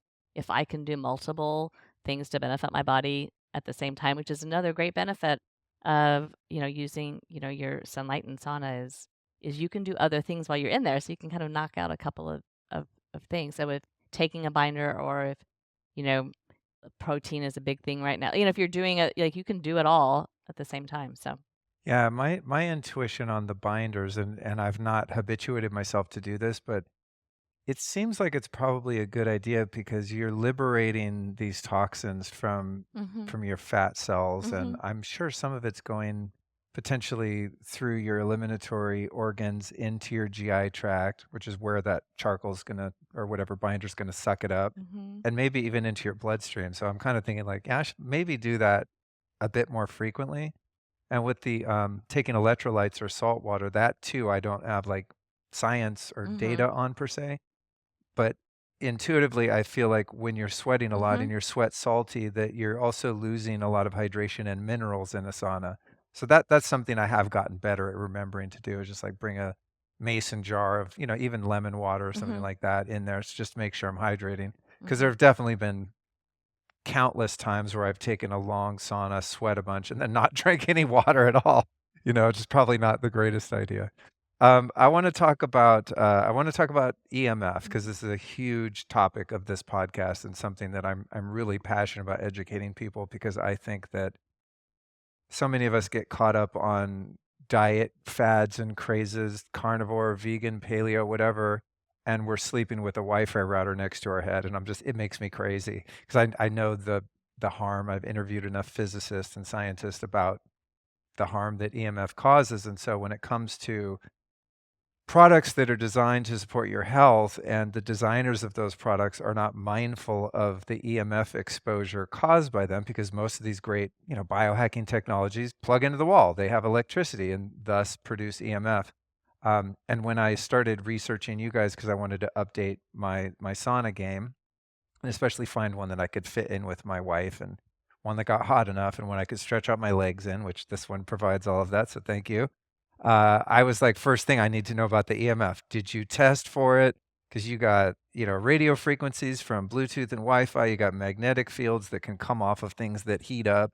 You got the electric field, of course, because of wiring. And so I started to dig into your website, and there's whole downloadable PDFs and all this stuff where you guys had third-party scientists come in and actually test. And so it passed my standards of being low enough EMF where I feel like the benefits of using the product is by far going to outweigh any minimal EMF exposure. And from what I looked at on your research was that you have industry standards for like whatever the regulatory agency is, FCC, allowable levels of Mhm. EMF to be safe, and yours were exponentially lower than that, and that was like a big part of my buy-in. So I guess the question is, at what point in your development over the years did you become aware that that was an issue for people potentially? And what steps were necessary in order to redesign things in a proprietary way that would limit the exposure for the user? And then at what point did you decide to have a third party come in and go, okay, we think we nailed it, but get your meters out and let us know if we did? Mhm. So, it started, I keep saying back in the basement, but it started was, 20 plus years ago.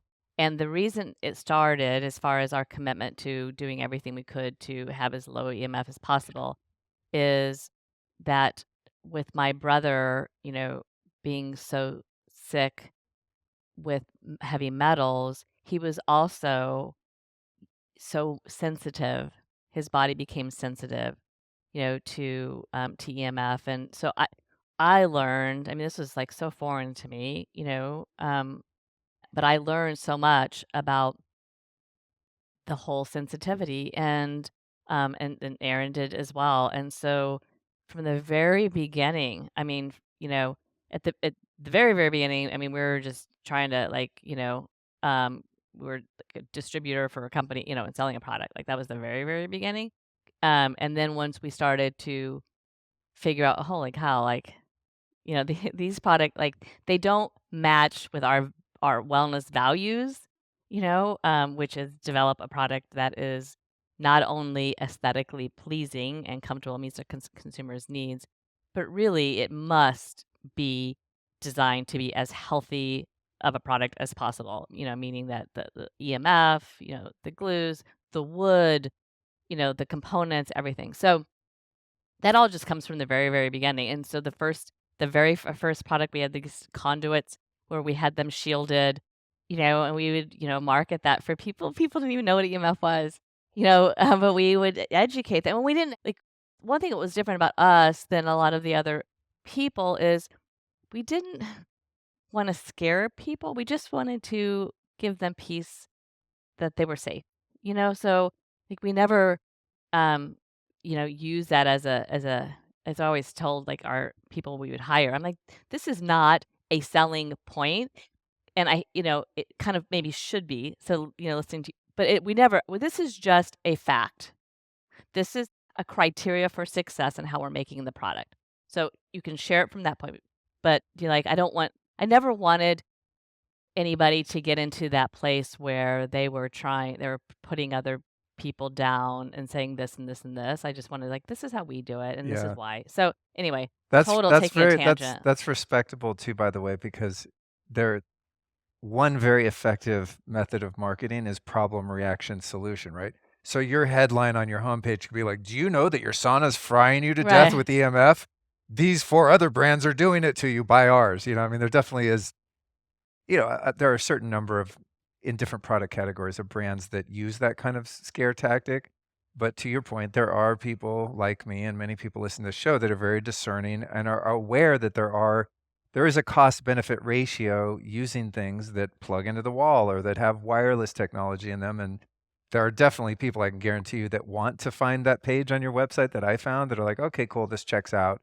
I can relax and know that I'm not doing something that's good for me, but also has some level of deficit that comes along with it. Right, right, exactly. And that's why we committed to the journey. And it has been a journey. It has definitely been a journey of evolution. And we're at a beautiful place now with it. You have no idea how great it feels just from the very, very beginning, because as we evolved and as we developed more products and, like, coming out with impulse, like, every little oil, just everywhere along the way, to answer your question specifically, we designed it to have the lowest EMF possible. We did everything we knew within our power that we could control, we controlled. And then we also tested to validate. There was a time, one of my favorite tests we ever did, is something else I don't know if I've shared in forever, um, is we were at our first location in Kansas City, and, I don't some company was saying, our saunas had, I don't know, bad air or something crazy back then. And so we're like, "Bad air? That's so weird. Like, why would they say that?" So, oh, I know, because it was when we changed the heating elements, and they're like the heating elements, it's carbon, it's producing black, Anyway, so we're like, well, you know what? We should, just because it's the right thing to do, we should actually test the quality of the air inside our product, just to test it. See what, so we had an independent company come out, and we had those tests somewhere. We don't put it on our website, and this is so old. But the interesting part of the story is the air outside the sauna was like, our sauna inside was perfect. It was like beautiful. Like, but the guy that was doing the test, he's like, holy cow, like the air, it was Like had lots of toxins. the ambient air in the Yeah, just the factory? regular air. Well, it Yeah. wasn't the factory. Oh, okay. It was in Kansas. It was in our showroom, which was just Ah, it was just okay. an office building, Okay. right? Like, the guy, I remember forget it. 'Cause he was like, oh my goodness, I'm gonna live in there because it's a That's lot funny. healthier. Yeah, so we 'Cause, we like, outside of the sauna, there's probably carpets and furniture off-gassing or yeah, paint or whatever. yeah, Yeah, yeah, that's funny. yeah. This is 2005 probably. I mean, this is a long time ago. But my point of that test, because that was like one of the first tests we ever did on our product, but then everywhere along every place, every time we make a change to our product, we would test it for EMF. And on the far infrared line, like the signature, it wasn't hard to get it to be, non-existent, to get it to be low. But as we made changes in different features, especially when we launched Impulse, and we had 3 different wavelengths, and we had the LED, you had things where it added on the benefit, right? But it increased, the level. Never was it to a point where it was I mean, of course not. We would never have launched it. But we always wanted to get it what we call non-existent. And so, what was it, a couple of years ago? I've lost track a little bit of when we changed a bunch of different things, some wiring, some AC to electrical current, and then we had the magical test, the independent test company that we've been using for all these years along the way. Vitatech is the company, come in, and with COVID, where they're supposed to come in before COVID, and that was that was so frustrating because then they couldn't travel. They were in, I think, Philadelphia out east. And finally, when they got the release that they could travel, then they made the trip and they did, the final test. It's just to show that indeed that, all of the products are virtually non-existent. So, and we do have that data. As you said, I'm so glad that you found it. We don't lead with it. It's not, Yeah. you'll never Yeah. see, we have, but it's there for the person that is, it's really important to. And Well, that's I mean, I think that's a smart way to do it because it's like, if someone doesn't even know what EMF is, but they want a sauna, then it doesn't really matter to them because you have the integrity of knowing that it's safe. But the information is there for it geeks is. like me that for whom it is a major concern. Yes. So I think I'm just glad you did it. And Thank I'm you. imagining Thank you. over the years, you probably having that goal with you and Aaron probably drove some of your engineers crazy because Yes. they would like create, hey, you Okay. guys, we nailed this new type of heater or whatever. And you're like, didn't pass the smell test on the EMF levels. And they got to go back to the drawing board. Because I mean, we've shielded the EMF in many rooms in this house. And I mean, it's complex, it's difficult, it's expensive. It's not easy to have something that uses electricity, which is 60 hertz. You have an electric field. If there's any kind of a motor, heater, then it makes a magnetic field. If you want any wireless stuff so you can activate, have your iPad play music or whatever, then you've got the Wi-Fi and Bluetooth. And it's like, there's so many types of EMF and they all get blocked or shielded using different materials. It's super hard. So I feel for companies like you that, have to go through the extra expense and hassle of doing it. But I just want you to know there are people like me and literally thousands of people that are going to hear this episode over the course of its lifetime that will be like, thank you for doing that. That makes my heart, smile. So It's meaningful. Yeah, and I really, really, I really appreciate it because when you said that you drove people crazy, it reminded me of that company. I remember when we called them in Kansas City back in 2005 to come test the air, and they're like, "We'll do that, but you're gonna pay us to do that. Are you sure you want to do that? Because that's kind of a silly test."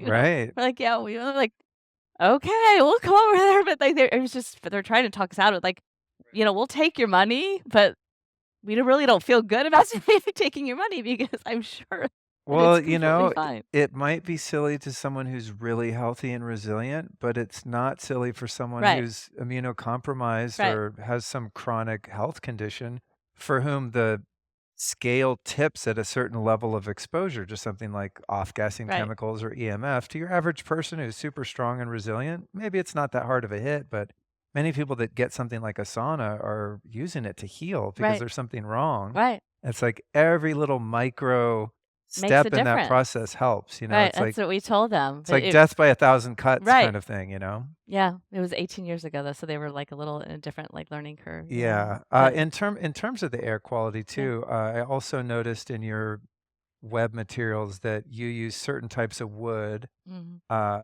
that don't off-gas Mhm. crazy amounts of essential oils, and that Mhm. also you're not using like adhesives and Mhm. glues that could then get into the air. What's up with the air quality part of what you do? Yeah. So it's that was something we learned. Everything we've done over the years is all because um, of a reaction, right? It's knowing that. So we start with our core of we want to create the highest quality, most effective healing, product, and then that's our intentions were pure, and that's how we always set forth. But then, for example, back in the basement, we had a sauna that was made with poplar wood, and the manufacturer told us that that wood is hypoallergenic and fragrance free, and like so we bought into it, right? I mean, we don't I don't not a wood expert. Well, now I am, but I wasn't back then. And we had consumers that would call and said my eyes are itchy and I my throat hurts, and all like we didn't have a lot of sales back then, so you have one or two customers calling. I mean, that's a really big deal. you know um and so we started to do research of what is the deal, and well, indeed, there's actually a list by the Woodworkers Association that's called like the toxic woods list. And toxic is they use that word. I don't love that word in this regard because it's kind of heavy. It really is just woods that can cause allergic reactions, you know.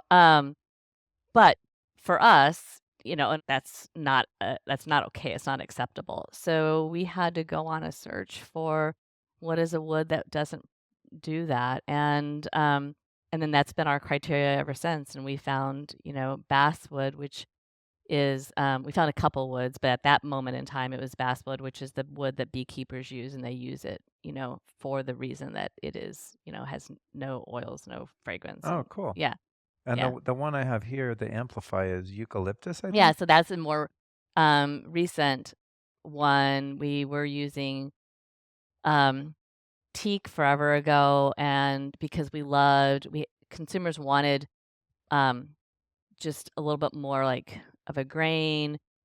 They didn't want the cedar because of the fragrance and the That's so issues. funny 'cause I when I got mine, I wanted cedar 'cause I like the smell, Yeah. but then I've learned some people like, we have this thing called cedar fever here, which is from the pollen, not from the oils in the wood, but, my wife got a horrible case of it, this last cedar fever season. I mean, Hmm, it was like freaking Lyme disease. She was a that's wreck. Yeah, horrible. we had to leave town.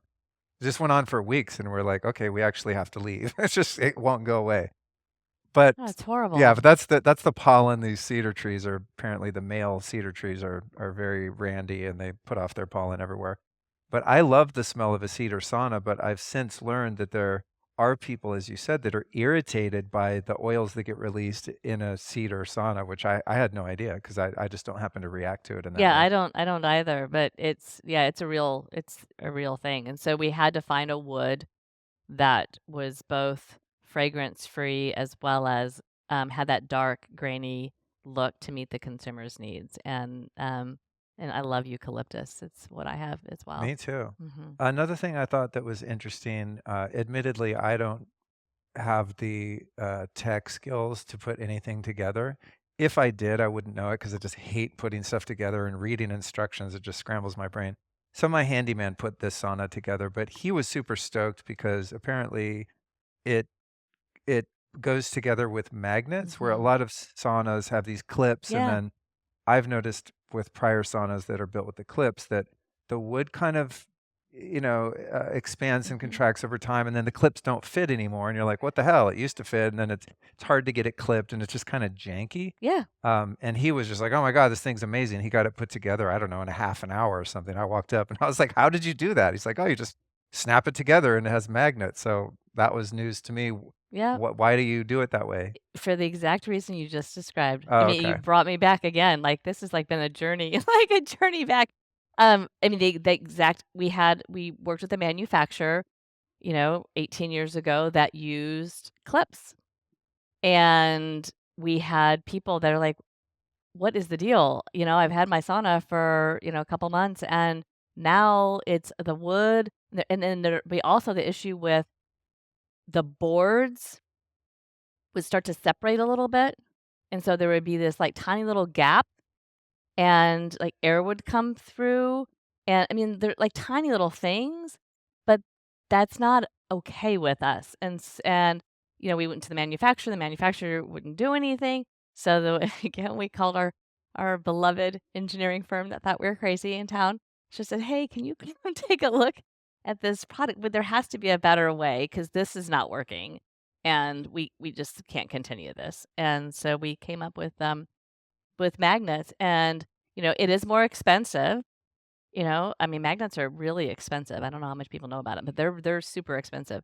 Um, but we changed the whole, product to magnets, and, it makes it really easy. I call it adult Legos Right, because it's right. just really easy to put it together, and it helped with the integrity and the longevity of the sauna. So, and with that frustration, that little gap thing would bother people because 'cause they'd be like, "I can feel like I hear the air coming in," Yeah, and I'm that's like, not good. "That's not good." That does Well, another thing I just remembered too about the clip together models is that each time I would move, because the last one I had for a number Mm, of years, and when I would move, then things would get shifted shifted. even more and Right. weird, and then each time I moved, it was harder to put it back together, and things didn't quite align, and it became more difficult for whoever I hired, to do to do it Yeah. to put it back together, and I was like, "Oh, this is annoying," it got harder and harder every time I had to move it around, so That happened for us when we used to do shows because, the internet, it was not as robust as it is today, and so we'd have to go in person, and when we would put up a sauna in our booth, and then we would take it down and we would take it back to the showroom like, now it doesn't go together. yeah, It's like, yeah. how did that happen? That shouldn't be that way. Totally. Well done on that. Last question I Thank have for you. you here is where you see well, it might not be the last one. I always say that and then I think of four other things, but one of the last questions for you, Connie. Where do you see the future of infrared sauna therapy going? Like, what's your dream? What would you like to see happen? Tech developments, availability, scalability, business wise. Where do you see this in 5 years, 10 years, 20 years?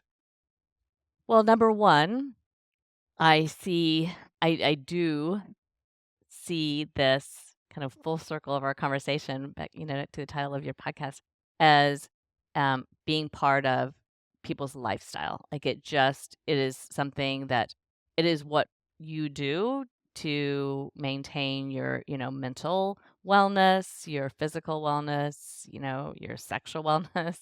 As long as we went there before, might as well go there again. And so that's my vision, and I really do. I mean, I do see it coming to fruition.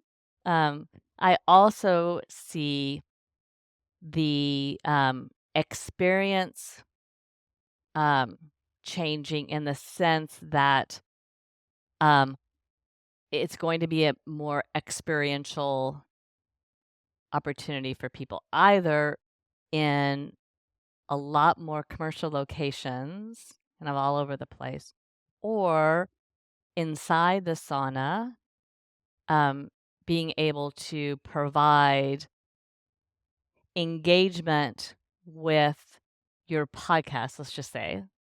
Um, you're sitting in there and you're like, oh man, your brain's going, you're thinking, oh, I think I'd love to know more about niacin, or I'd love to know more about, hormone, whatever. So I want to listen to this, and you can actually consume content that is in the moment, and you have this selection that's right at your fingertips, either inside the sauna or, on an app on your phone. But it changes the opportunity to what I would love to see is, you know, Sunlighten helping, kind of going back to the hormone thing, but at a wellness. So that same kind of what I'm committed to doing with helping women um, demystify, to use your word, demystify the whole hormone experience, knowledge, etc. I would love to be able to have Sunlighten connect our consumers with people like you and people all over with different areas with their area of focus for that day while they're in their sauna. So it's kind of it's taking habit stacking to another level, where they're thinking of something and I'm going to go in and I'm going to not only use my sauna, but I'm also going to, you know, learn more about this. And Sunlighten's the company that's connecting me with that expert. Awesome.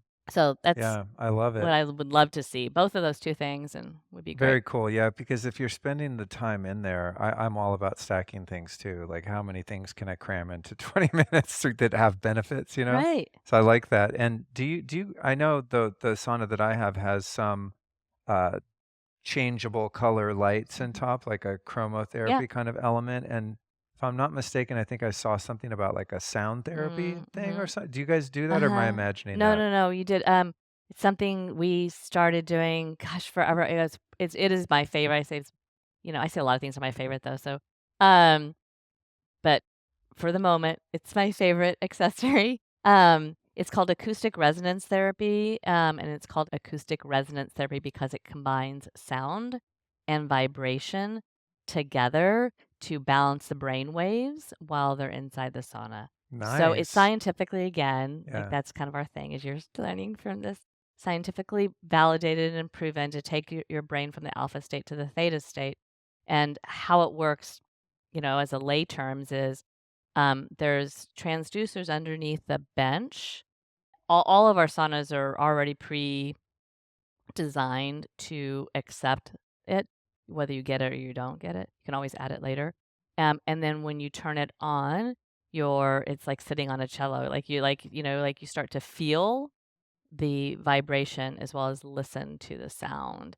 And it's patternless music, so it literally like shuts like when I turn it on, I shut my eyes and like I feel my shoulders drop and I just melt into the back of the sauna and it's fantastic. That's badass. Yeah. I love that, the vibration and sound technology. Yeah, I do too. It's so Yeah, I'm so fascinating. excited there are more things emerging in that Mhm. realm, these sound beds, and Mhm. there's all kinds of cool stuff coming out now. I had one for a while, but I didn't have space for it. They're called a vibe bed, and Yeah, we have one. you plug your, Mhm. iPhone into it, play tracks through the earphones and through your whole body. I mean, it's a cool experience. Yeah. Yeah, it's definitely Yeah. something I'd like to integrate, Yeah. at some Yeah, point. you Yeah. should. It's really Yeah. we have one and we don't use it as often.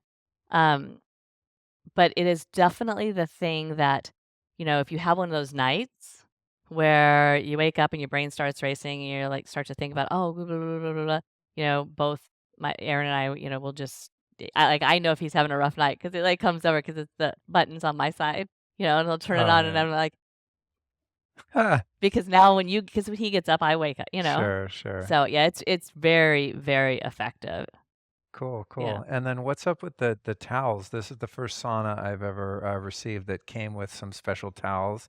And also, by the way, thank you for putting a bench pad Mm. in there too. My prior sauna, I ordered online just one of those like gel seat cushions. And I had those like covered with the towel, and it was kind of, I mean, it served the purpose, but it was kind of janky. I just wouldn't stay in place, and it was kind of annoying. But you guys had a really nice pad, and then a cover of like a gray terry cloth towel cover. But then it came with these towels that I think they add some benefit to the sauna experience. What's up with the towels? They do. They do. They are made with a fiber from Cellulant. So it's the same, it's infrared emitting, antimicrobial, antibacterial. So what that means for the consumer is going to help to keep the sauna clean, but it's also going to enhance the output of infrared. So it's the same technology that Tom Brady uses with his. I don't know if you've heard of his like pajama line that I mean, but it like helps him sleep. Is using that same fiber, which Oh, wow. does work. I mean, God, years and years ago, we had this. It's a similar fiber that we've kind of upgraded to the Cellulent, but it's bamboo charcoal, which is a very similar infrared emitting fiber. And I had this tank top that I used to wear. I mean, always whenever I would travel underneath something, because I would get cold on planes, and the fiber working with my own natural infrared, like the infrared with infrared would just. I mean, I was never ever cold. So it's the same type of concept with the Salient. It's really a technological, advancement that you get with your Cool. sauna. Yeah. Cool. I'm glad to know that. Now I'm definitely going to make sure I use those. I mean, I made You a should point. use those versus other fibers. Yeah, I made a point to keep that collection of towels upstairs where the sauna is, so I'm never tempted to grab like a hand towel from the other room or something. So that's cool, man. I love the innovation. I love your Oh, attention to thanks. detail, Thank your you. passion to keep learning and growing and your understanding of this stuff. I find it very refreshing when people bring something to market and don't just go, we put the thing out and now we're just going to make money. It's really cool that you are continued after all these years to research and innovate and improve. So thank you for doing that. And thank you for Thanks for having making me. something awesome that has improved my life dramatically and will continue to do so. Very last question, I promise, and that is this. Who have been 3 teachers or teachings that have influenced your life that you'd like to share with us? 3 teachers or Yeah, it could be a teachings. philosophy, a person, dead or alive, a book, anything of that nature. Okay. So we'll come with, the best teacher, which is my mom, which is my mom. Um, just she's just a beautiful, beautiful person that always does the right thing. And, um, is really kind of my inspiration for always being authentic, especially when it comes to femininity, because I think as a female, in a world where, especially like in the manufacturing and a lot of industries and a lot of space where, it is male dominated, running a company, which is typically male dominated in a different place. um, she just always taught me to stay true to me and be me, and, which is very freeing. It's just a beautiful way. So I've raised my kids is, I always say, "Be you," because everybody else is taken. So, she's just a beautiful person. So that's my number 1 teacher for sure. As far as teachings, um, my favorite, um, teaching, and I don't even know where this came from. This was a quote that I gave, when I was awarded. There's a network in Kansas City called Women Who Mean Business, which is put on by the Kansas City Business Journal, and they select 25 women each year, and you have to be all these criteria. And I won that 2006 as a result of Sunlighten, and you had to share your favorite thing on stage.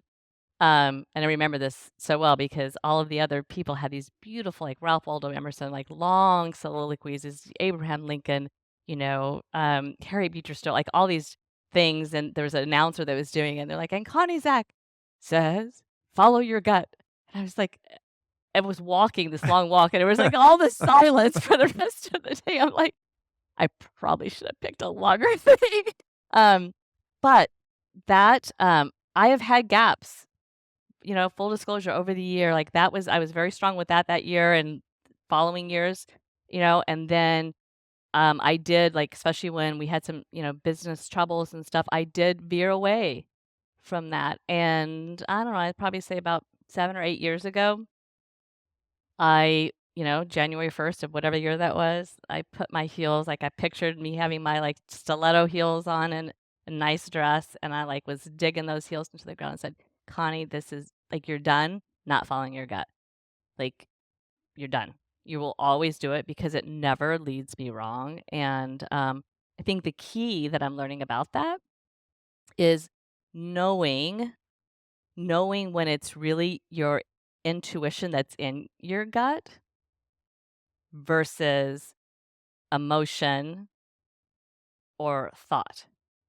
Interesting. So that's to me the key, and I constantly work on validating, the intuition versus, I'm, guilty of this is what I want in my heart, but is that really the right thing to do, right? So just having that in check is to me like the most important thing. Um, another teaching, um, I will go to, since you've taken me back to some like tough times, when Aaron and I were in, at a Inc. 5000 conference or whatever, and we were struggling with the business, and I didn't feel very Inc. 5000 worthy at the time, and I was sitting at a table with some very, amazing, successful, people, and um, we were listening to a presentation, and somebody shared. I'm trying to think of who it was now. I can't remember who the quote came from, but it really sang and resonated with both Aaron and I. And so I say it to people all the time when they go through difficult things, and it is, when you're going through hell, keep going. Mm. And it God, so good. yeah, it just like we Yeah. were sitting there, and we're just like, okay, we're just gonna. It's kind of like, I don't know if you've ever run a marathon, but I ran one when Aaron was training for an Ironman with him, and same thing at mile 21. I remember like the pace keeper when he was with a group of women over to the side, and I was really I mean, it was tough. That mile 21, it was really hard, and I kept saying, I can do this, I can do this. And I heard him tell this group of women, he said, the only thing you have to do from here to the end is put one foot in front of the other. And I was like, oh my God, I can do that. I can put one foot in front of the other. To think about running another 5.2 miles was too much, but I can put one foot in front of the other. So I'm like, that's all I have to do is put one foot in front of the other. And I just kept saying that for 5.2 more miles, until I saw my kids, and they're just like, "You got this, Mom." I was like, "Okay, now I'll just let the energy, take me through." But it's the same thing. It's like just whatever you do, and that's our family motto, our family mantra is Zacks don't quit. Like whatever you do, don't quit. Like just like, it feels like you want to, just keep going. Like you can get through it. And but you can't if you stop. So you just have to keep going. If you're going through hell, keep Keep going. going. Yeah.